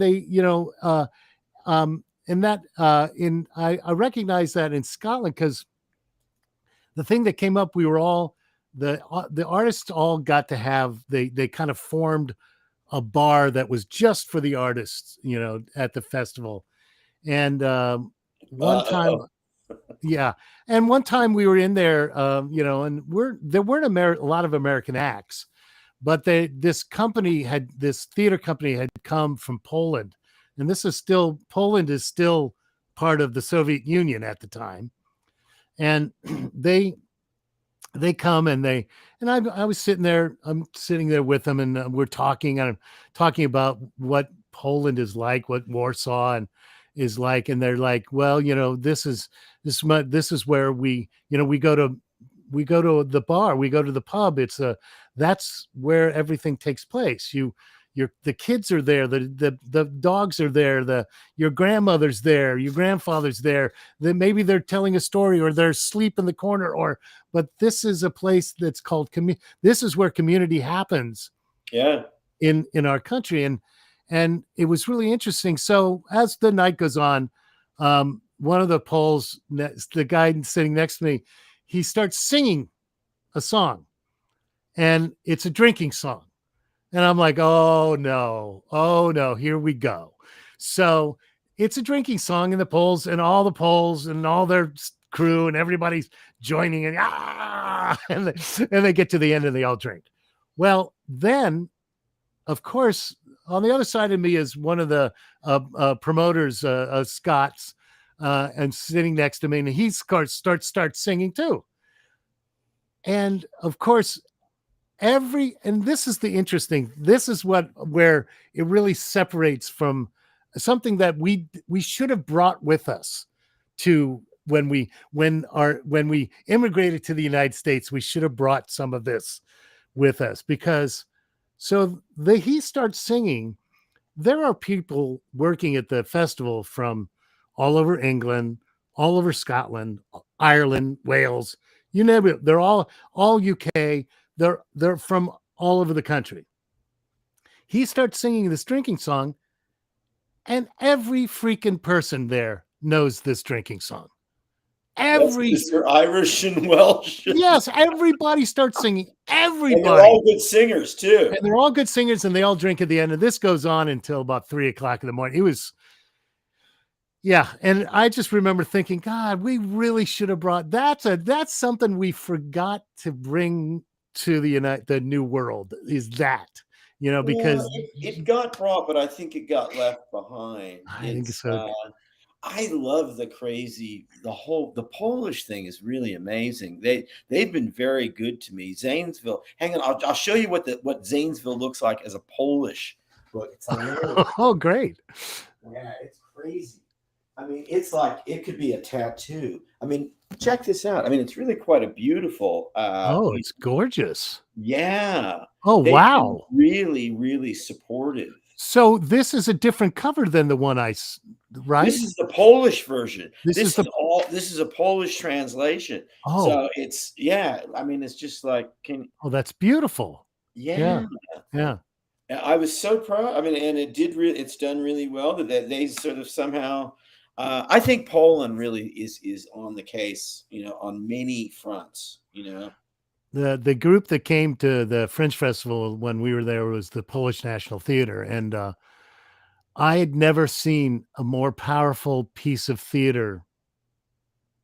Maybe never again. I mean, I had nightmares about that performance because it was a show, it was a play about the Poles basically coming from Poland to the United States in the 20s, I think, is when the Polish migration was.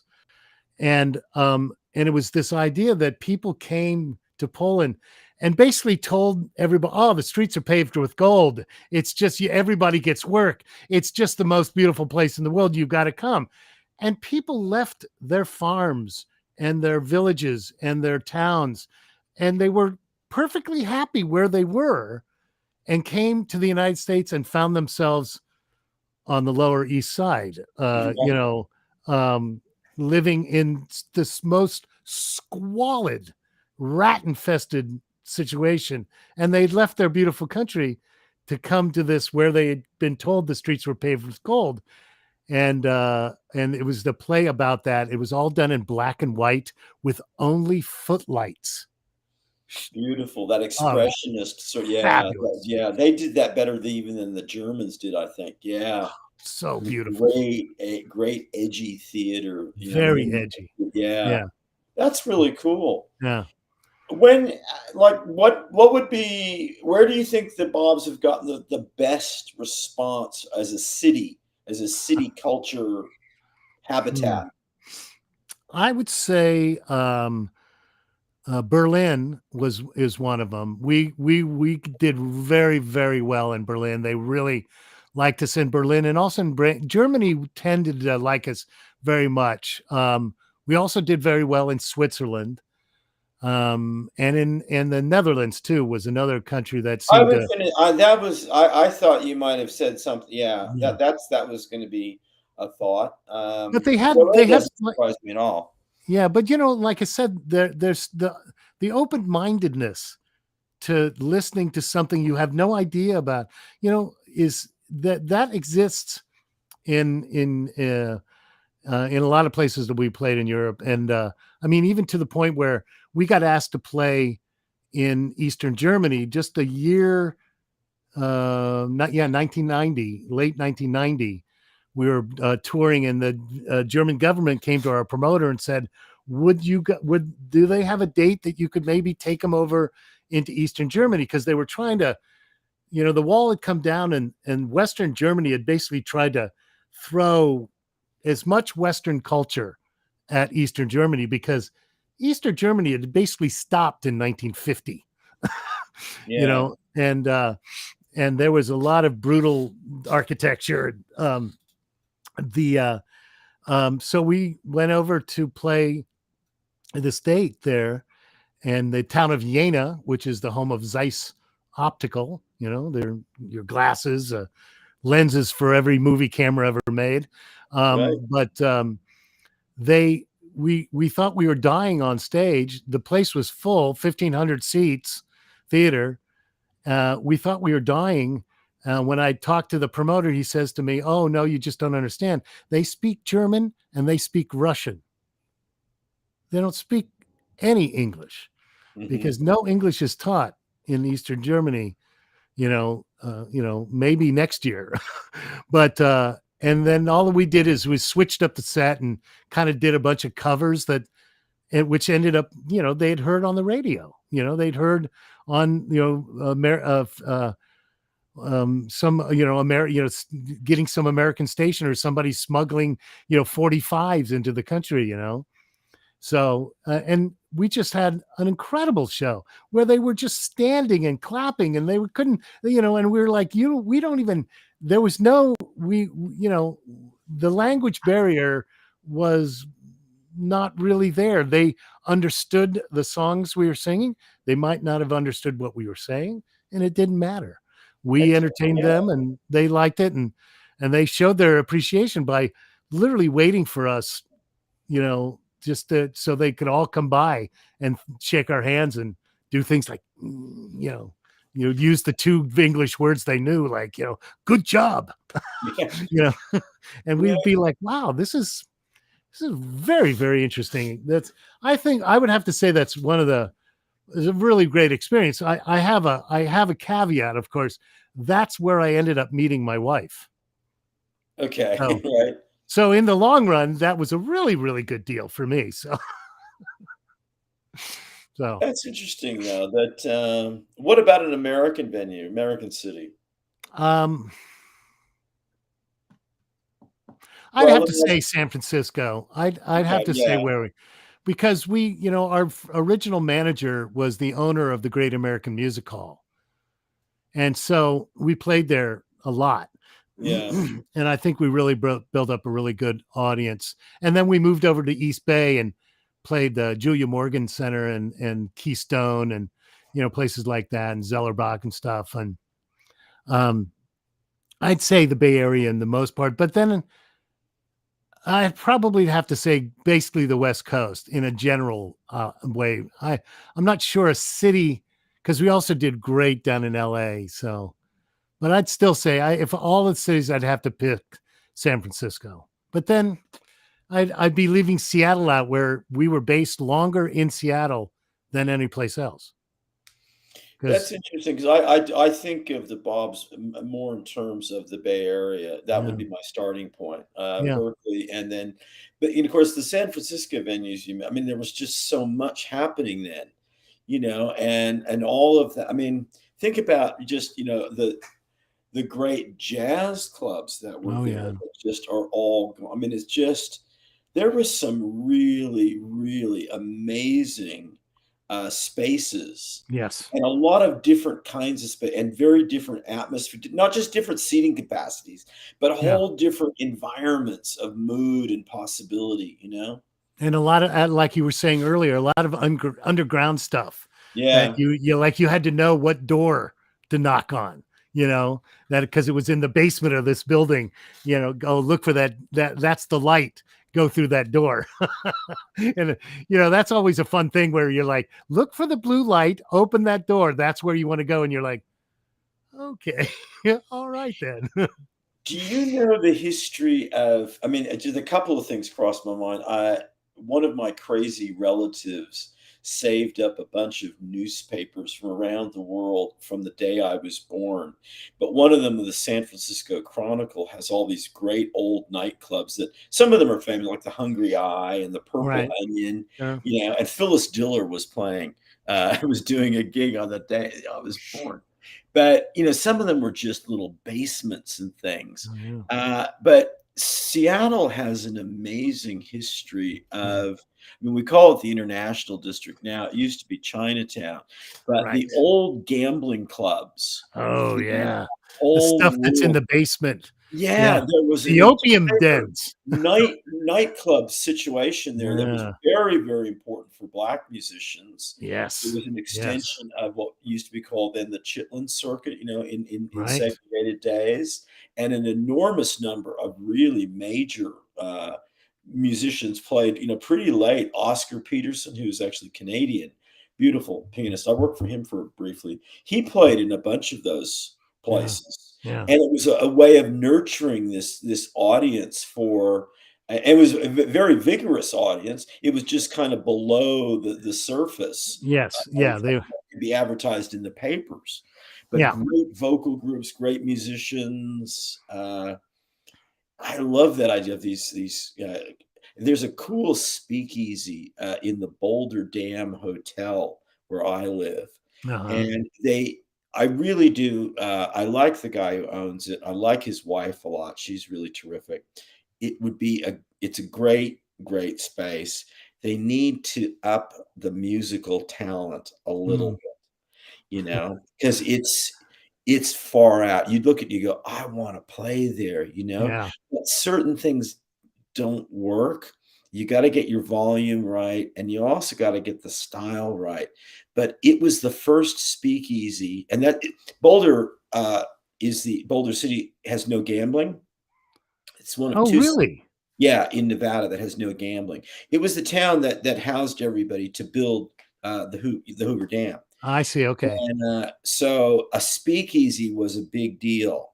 It was a big concession Right. to, keeping the wheels turning because we got a deadline and we've got a lot of men who, they're working hard. They want to get drunk because it's 110 degrees. We got to keep things cool. So a speakeasy was a big deal. And it could be a great, great venue Oh, that's to if you had the right kind of like really classic old New York, San Francisco lounge acts back when that really meant something, yeah. you know, Sylvester. Yeah. yeah, Yeah. um, the Zinc Bar, The Zinc Bar. I love. I mean, that was well, it's something down, Yeah. under, you know, just down below the street. It was just that's the kind of thing. And if you had the Bobs would be true. That would be a great. It'd be a great place to shoot a movie. Oh, Yeah, yes. it's got Yeah. some cool chandeliers, and they're doing some good things. But it is Mhm. intimate, and you have to be the kind of musician performer who enjoys the intimacy. Yeah. And those, I can't, I think performers, small, at least smaller groups or even solos, the intimacy thing is really a lot of fun when you can. I mean, I just finished doing some cabaret shows for my friend here in Seattle, and for the cabaret festival, and it was a very different because it was the first time in 40 plus years I'd ever performed solo Mm.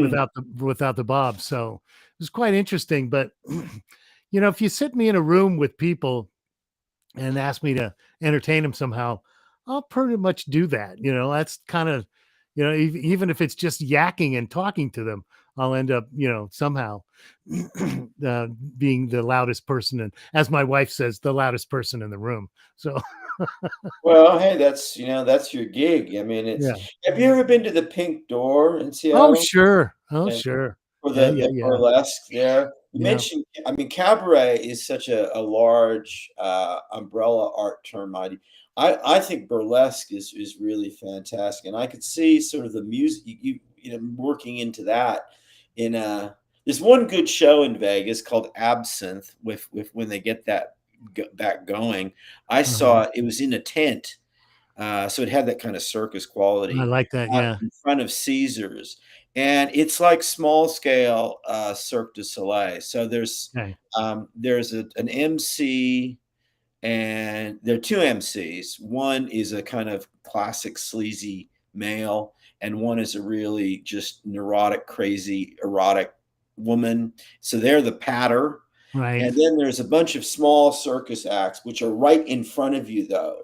Oh, I love So that. they're dangerous Yeah, because that's yeah. Yeah. and they I'd like to they have some music. I'd like to see a little bit more music introduced into that to Oh, I'd balance. love to. I'd love to see that. I like that small circus thing. I mean, that's. I'll bring back Switzerland again. They have a very famous circus there called Circus Knie, which is a family circus. They've been around for a long time, and it's a little one ring circus. But so I went to see them, and they're just charming, but they're unbelievable performers, just great performers, and they even have an animal axe. And they the night I saw them, friends of ours had taken us, and it was an elephant act. And I'm talking, it's a little one ring thing, right? And it's packed with people, and the front row is so close to the inside of the ring that when the elephants lay down during the act, you can see people reaching out and touching them. That's how close they are. Yeah, Okay. right, right. So I thought, I was like, I mean, we're up in the stands watching this, and I'm like, and I turned to my friends, I said, there is no way you would ever see that in the United States, because that's freaking dangerous. That's a large elephant that can be quite angry, and before you know it would have killed 200 people. So so It he wouldn't looks happen at anymore. yeah, Yeah. and so he looks at me and goes, "Oh man, you should have come last year when they had the Rhino Act." And I went, "What did you say?" Rhino, rhinoceros. And I'm like, "They had a rhinoceros act?" Anyways, that's what you're saying, that little theater which makes it's dangerous. It's circus that's just a little bit on the edge, kind of exciting. It is. I have two stories in relation to this. I spent some time when I was in Africa with the anti-rhino poaching people Sure. who are really, really dedicated, and they're interestingly enough, they're training a whole group, a whole new generation of women in Right. this I've been regard. reading And about this. this is serious because these people are mercenary level. They're fighting against mercenary. Right. People who abseil, out of helicopters in the dead of night. And so everybody's military trained. They're Right. hardcore. And the dogs, the anti-rhino people, they had me when I was camped out in the bush. They had one sleeping right by me, and these beautiful, I mean, extremely well trained military dogs. Okay. And the dog comes, alert at 2 in the morning, and everybody's alert, and the rifles are ready. It was very intense. But they took me to. There was a very sad moment where I don't think I've ever seen 200 people gathered together in mourning at a level of that depth of sorrow. 3 rhinos had died, and Oh, here these people are terribly committed to right. keeping, these evil, people from killing these animals. But they introduced me to a newborn rhino, and that was the corresponding level of joy, Mm. to completely counter this terrible sense of funeral loss of these 3 adult animals. And to my amazement, up close especially, a really new baby rhino sounds exactly like a dolphin. It squeaks just like a dolphin. Wow. It has not, and apparently the thing is that they have a real transition that's quite sudden, where their voice changes, Mhm. like humans going through puberty sort of thing. Right. And there is an actual, in a couple of different African languages, there is a word for that moment when the animal surprises itself, because they're used to having this sort of high pitched, kind of kids Right. dolphin sound, and suddenly there's, you know, and they go, "Well, who's that? Who's that?" And that's in one of the Bantu related language. Who's that is kind of what the expression becomes.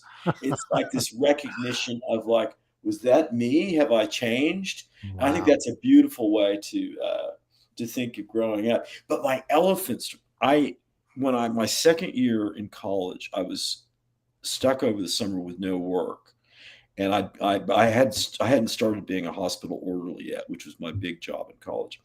But the Hoxie Brothers Circus, one of the last of the true traveling family circuses, came through Mhm. town, and they advertised for roustabout help setting up their big top. So Right. it was supposed to be just a 2-day gig, right? And what a strength! I write about this is in my new nonfiction book, which is just going off to the agent. Okay. The cast of characters was like at the roustabout level. There's a guy named Cranky from Alpine, Texas, whose chest had been crushed because he'd passed out drunk in the elephant pen.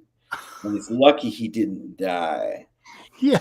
And but so I ended up traveling with them. I traveled from Lake Champlain in upstate New York all the way to Appalachia with them.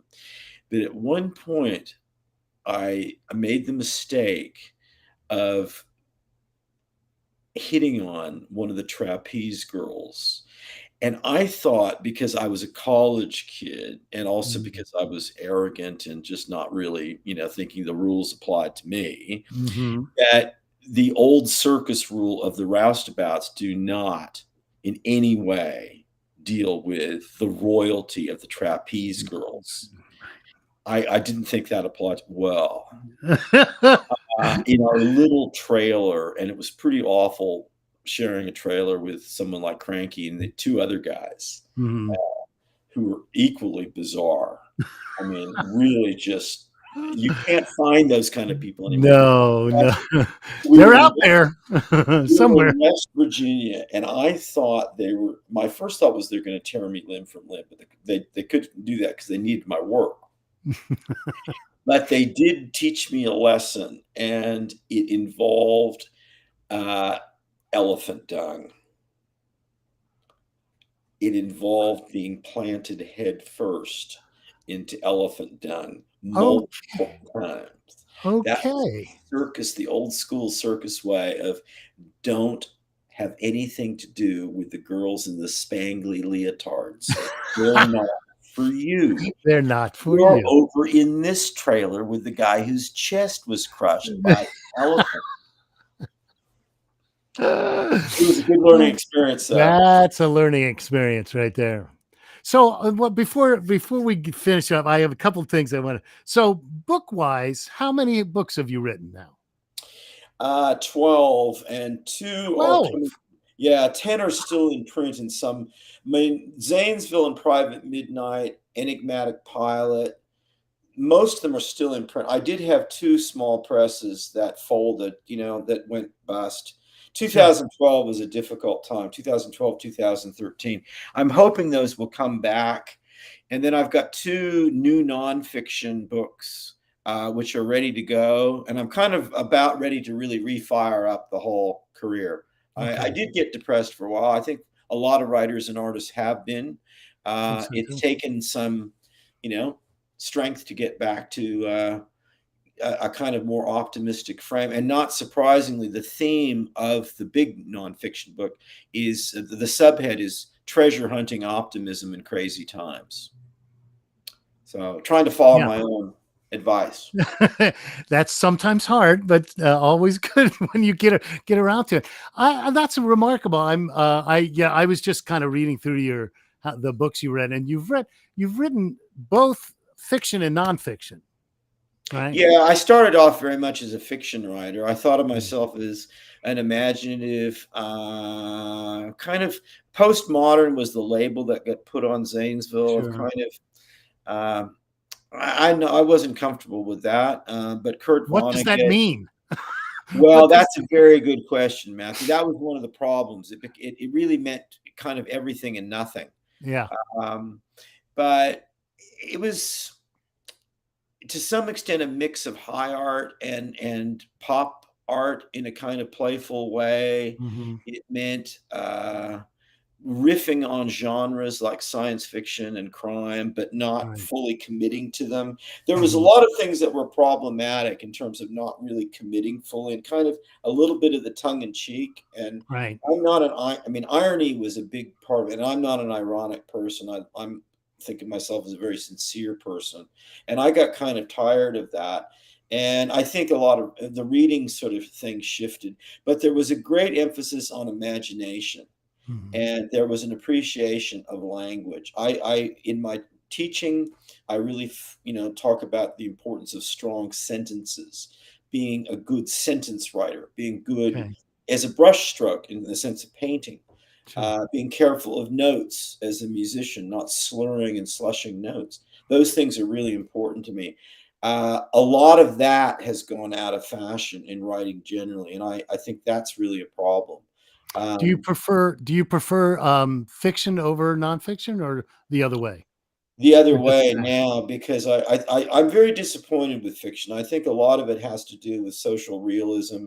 I think Mm, I'm all in favor of social justice reform within certain bounds and frames. sure. I'm not happy with that being the mission of art, particularly writing. I mean, that's not something we ask of abstract art, which No. is one of the Right. reasons that it appeals to me. You don't ask when someone plays a piece of instrumental music, you don't say, "What's that piece of music about?" You might say, "Well, what's influence?" But that's kind of program music. Whereas Right. we expect that of writing. What's this? What's it about? We want your Right. subject pinned away from the work. I don't want that. I want my sentences and my writing to be not synopsizable. Okay. Yeah. I don't want to do that. I think nonfiction has more potential. I think people have a sense of it uh, teaching them something, learning. That you're gonna. What am I gonna get for it as a reader? And I think a lot of us have problem. As much as I love literature and as much as I've loved fiction, uh, I wonder that too with new books. And I Mhm. think to myself, well, maybe maybe my time would be better reading, some nonfiction. Mm. But I have just treated myself to. Uh, This was a book that I was really, really in love with. There are a couple of books, um, by Armstrong Sperry, who's also an illustrator. So these have some illustrations in them. But if you remember the Johnny Quest cartoon Oh series, god. Yes. Hanna-Barbera, well, I think that this guy should have gotten some credit, because it's very similar. There's Uh-huh. an 11, 12-year-old boy whose father is an ornithologist, and they go off on these adventures, and he has a companion from another culture. So there's a lot of similarities with the Johnny Quest idea. And I got those for my birthday, which was a couple of weeks ago. And I remembered enjoying them so much and when I read them again, and I was braced. I thought, "Oh my god, is this gonna be a disaster? Is Mhm. this am I am" I'm not a politically correct person at all, but I thought maybe I might have some moments. No. They're just plain brilliant. Lovely. They're good for, I think I read it when I was in 6th to 8th grade, somewhere in that, but they're fine for anyone. We Yeah. don't have this kind of writing anymore for young people because we Yeah. have a program of what we need to be telling them, and there's a certain level, certain subjects that are on board. Right. And I don't want to be dictated to about what my subject is. Mhm. I really don't.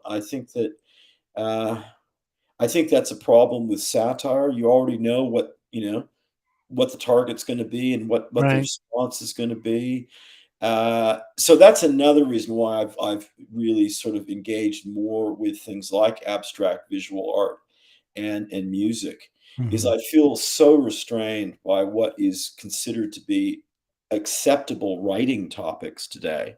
But I'm trying to break out of that with the nonfiction, which I think is Okay. really one book that I'm doing with my podcast partner, J. David Osborne.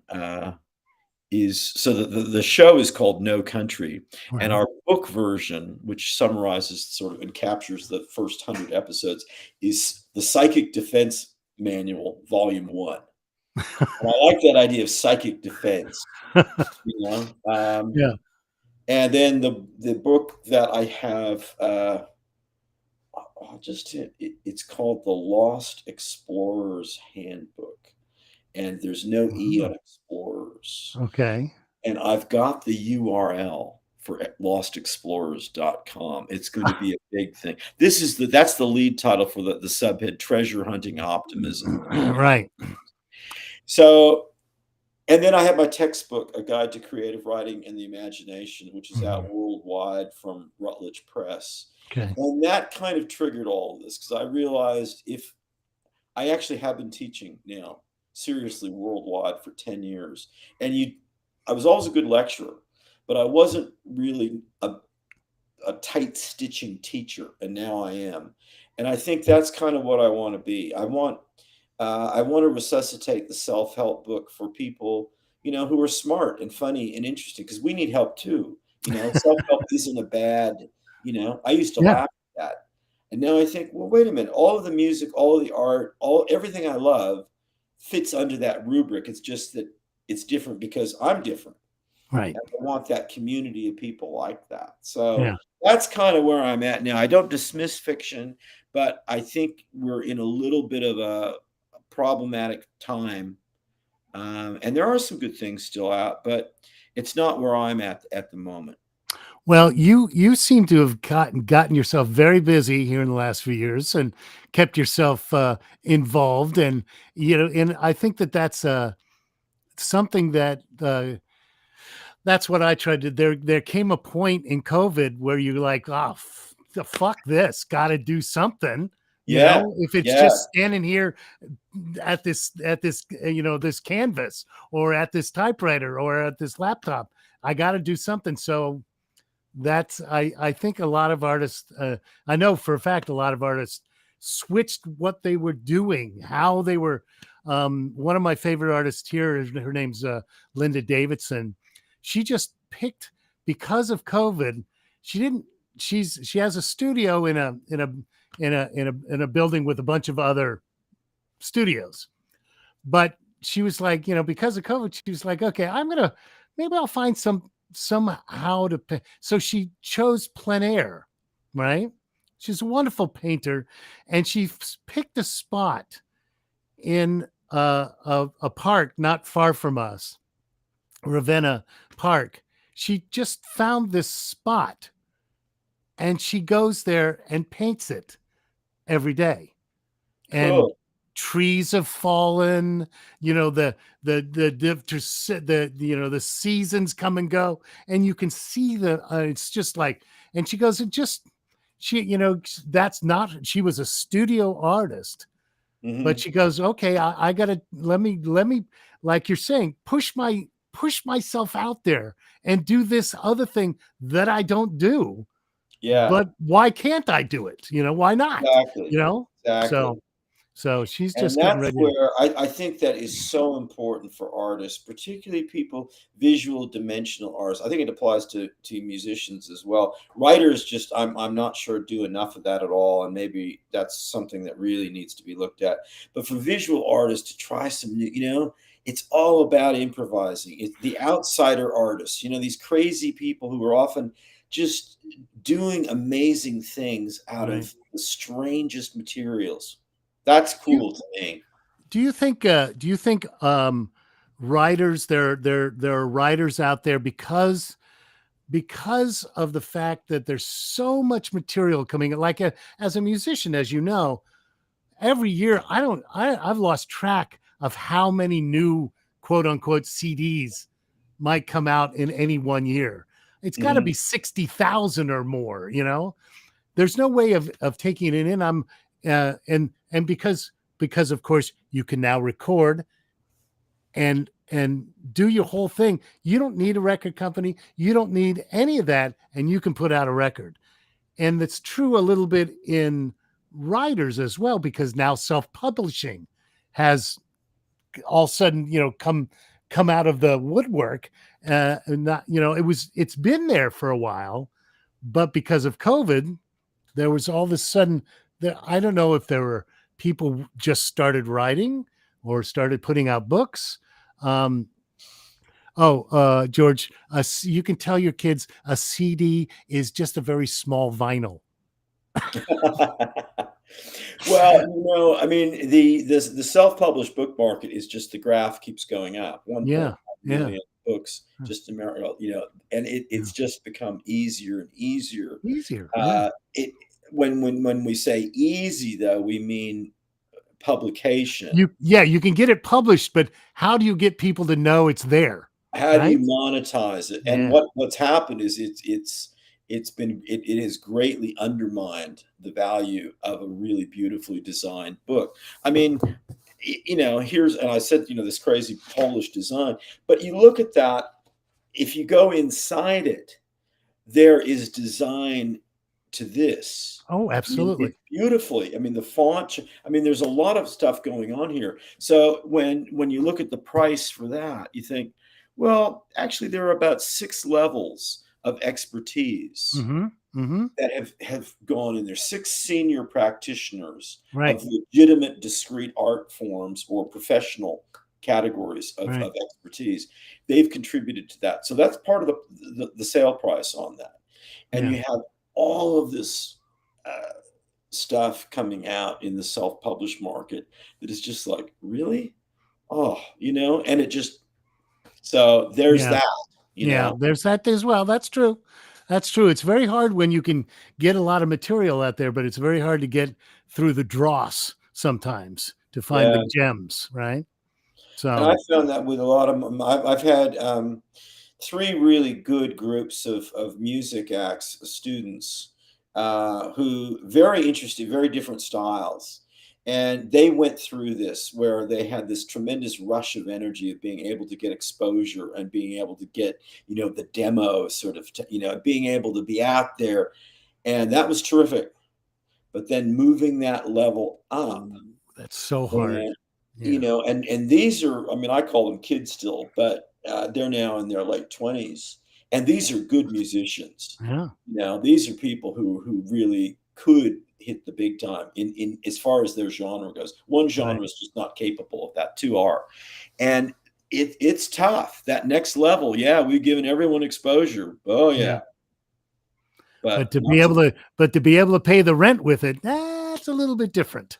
yeah, yeah, yeah. Well, I have one more thing I got to tell you. We were talking about you reminded me of something when we were talking about the Space Needle, and when they were thinking about tearing that down here in Seattle, and how everybody was like, "Are you freaking crazy?" And I'm just getting ready to.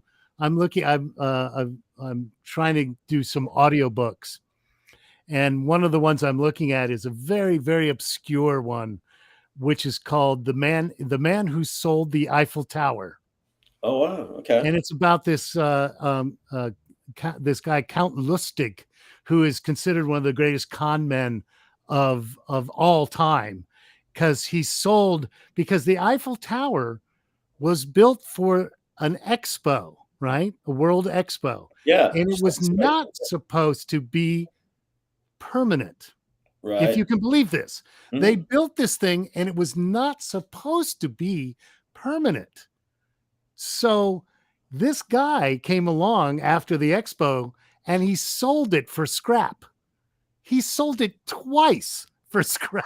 I love those stories. Yeah, it's like Me the guy selling too. the Brooklyn Bridge and, the London Bridge. Oh Yeah, God, I love that. I love that story, and the book is just, and it's by the book is pretty interesting. It's by the FBI agent who basically tracked him for like 20 years trying to catch him, and eventually did catch him, and this guy ended up his career and his life at on Alcatraz. Not so it perfect. was a good long life story from start to finish on this guy.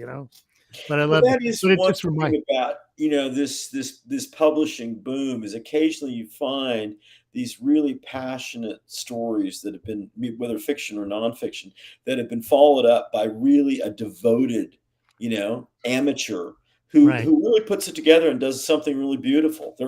There are some really great pieces of those Yeah. those So kind of I stories. was thinking about making that into an audiobook because I I think just that'd think be the story cool. is nobody's going to know this story. this guy is, he's not. It's so long ago that it's not. Nobody's going to know who he is. But it's a great, great story, and must have been I mean, he must have been quite the fellow to pull off what he pulled off. Yeah, That's all I talk can about say. chutzpah, huh? I mean, Yeah, really, come on. yeah. You got to admire that. Well, You Baudelaire do. Come said, on, you do. You do.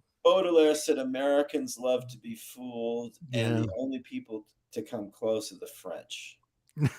And I think that we do. You kind of got to admire. I think it'd be a great audio. I think it'd be a great movie. I think it would be too. I think it would be as well. Well, Chris, let's remind everybody you got stuff out. 528 Second Avenue here in Seattle. You can go see Chris's piece. Later on this year, he is going to have a much more extended show at Coca Center on Contemporary Arts here in Seattle. So you better check that out. Look him up and read his books. Buy a book. Hey, buy a Thank you. book. Yeah, Yeah, buy a definitely book. do. You know, My new creative writing textbook is really about something much bigger.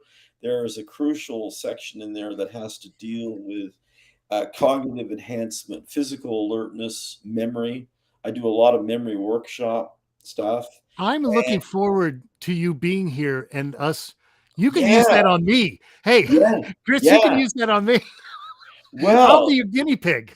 Matthew, we might sort of have to do a kind of a little sort of act, get some music and get some of the memory stuff going. I think we could. I'll arrange the venue and just let you know if you could just join me on that. I think that Okay. I love collaboration. I really Me do. too. I think it's all about that's what this whole thing, this whole live stream has been about, the process. And that's kind of where it started from. But as I started to talk about it for myself, I realized, hell, everybody's going through this. Everybody goes through this. Everybody who goes towards a career or changes career has to go, oh, well, now I got to go and figure out how this is done. Yeah. And so, anyways, Yep. this has been great.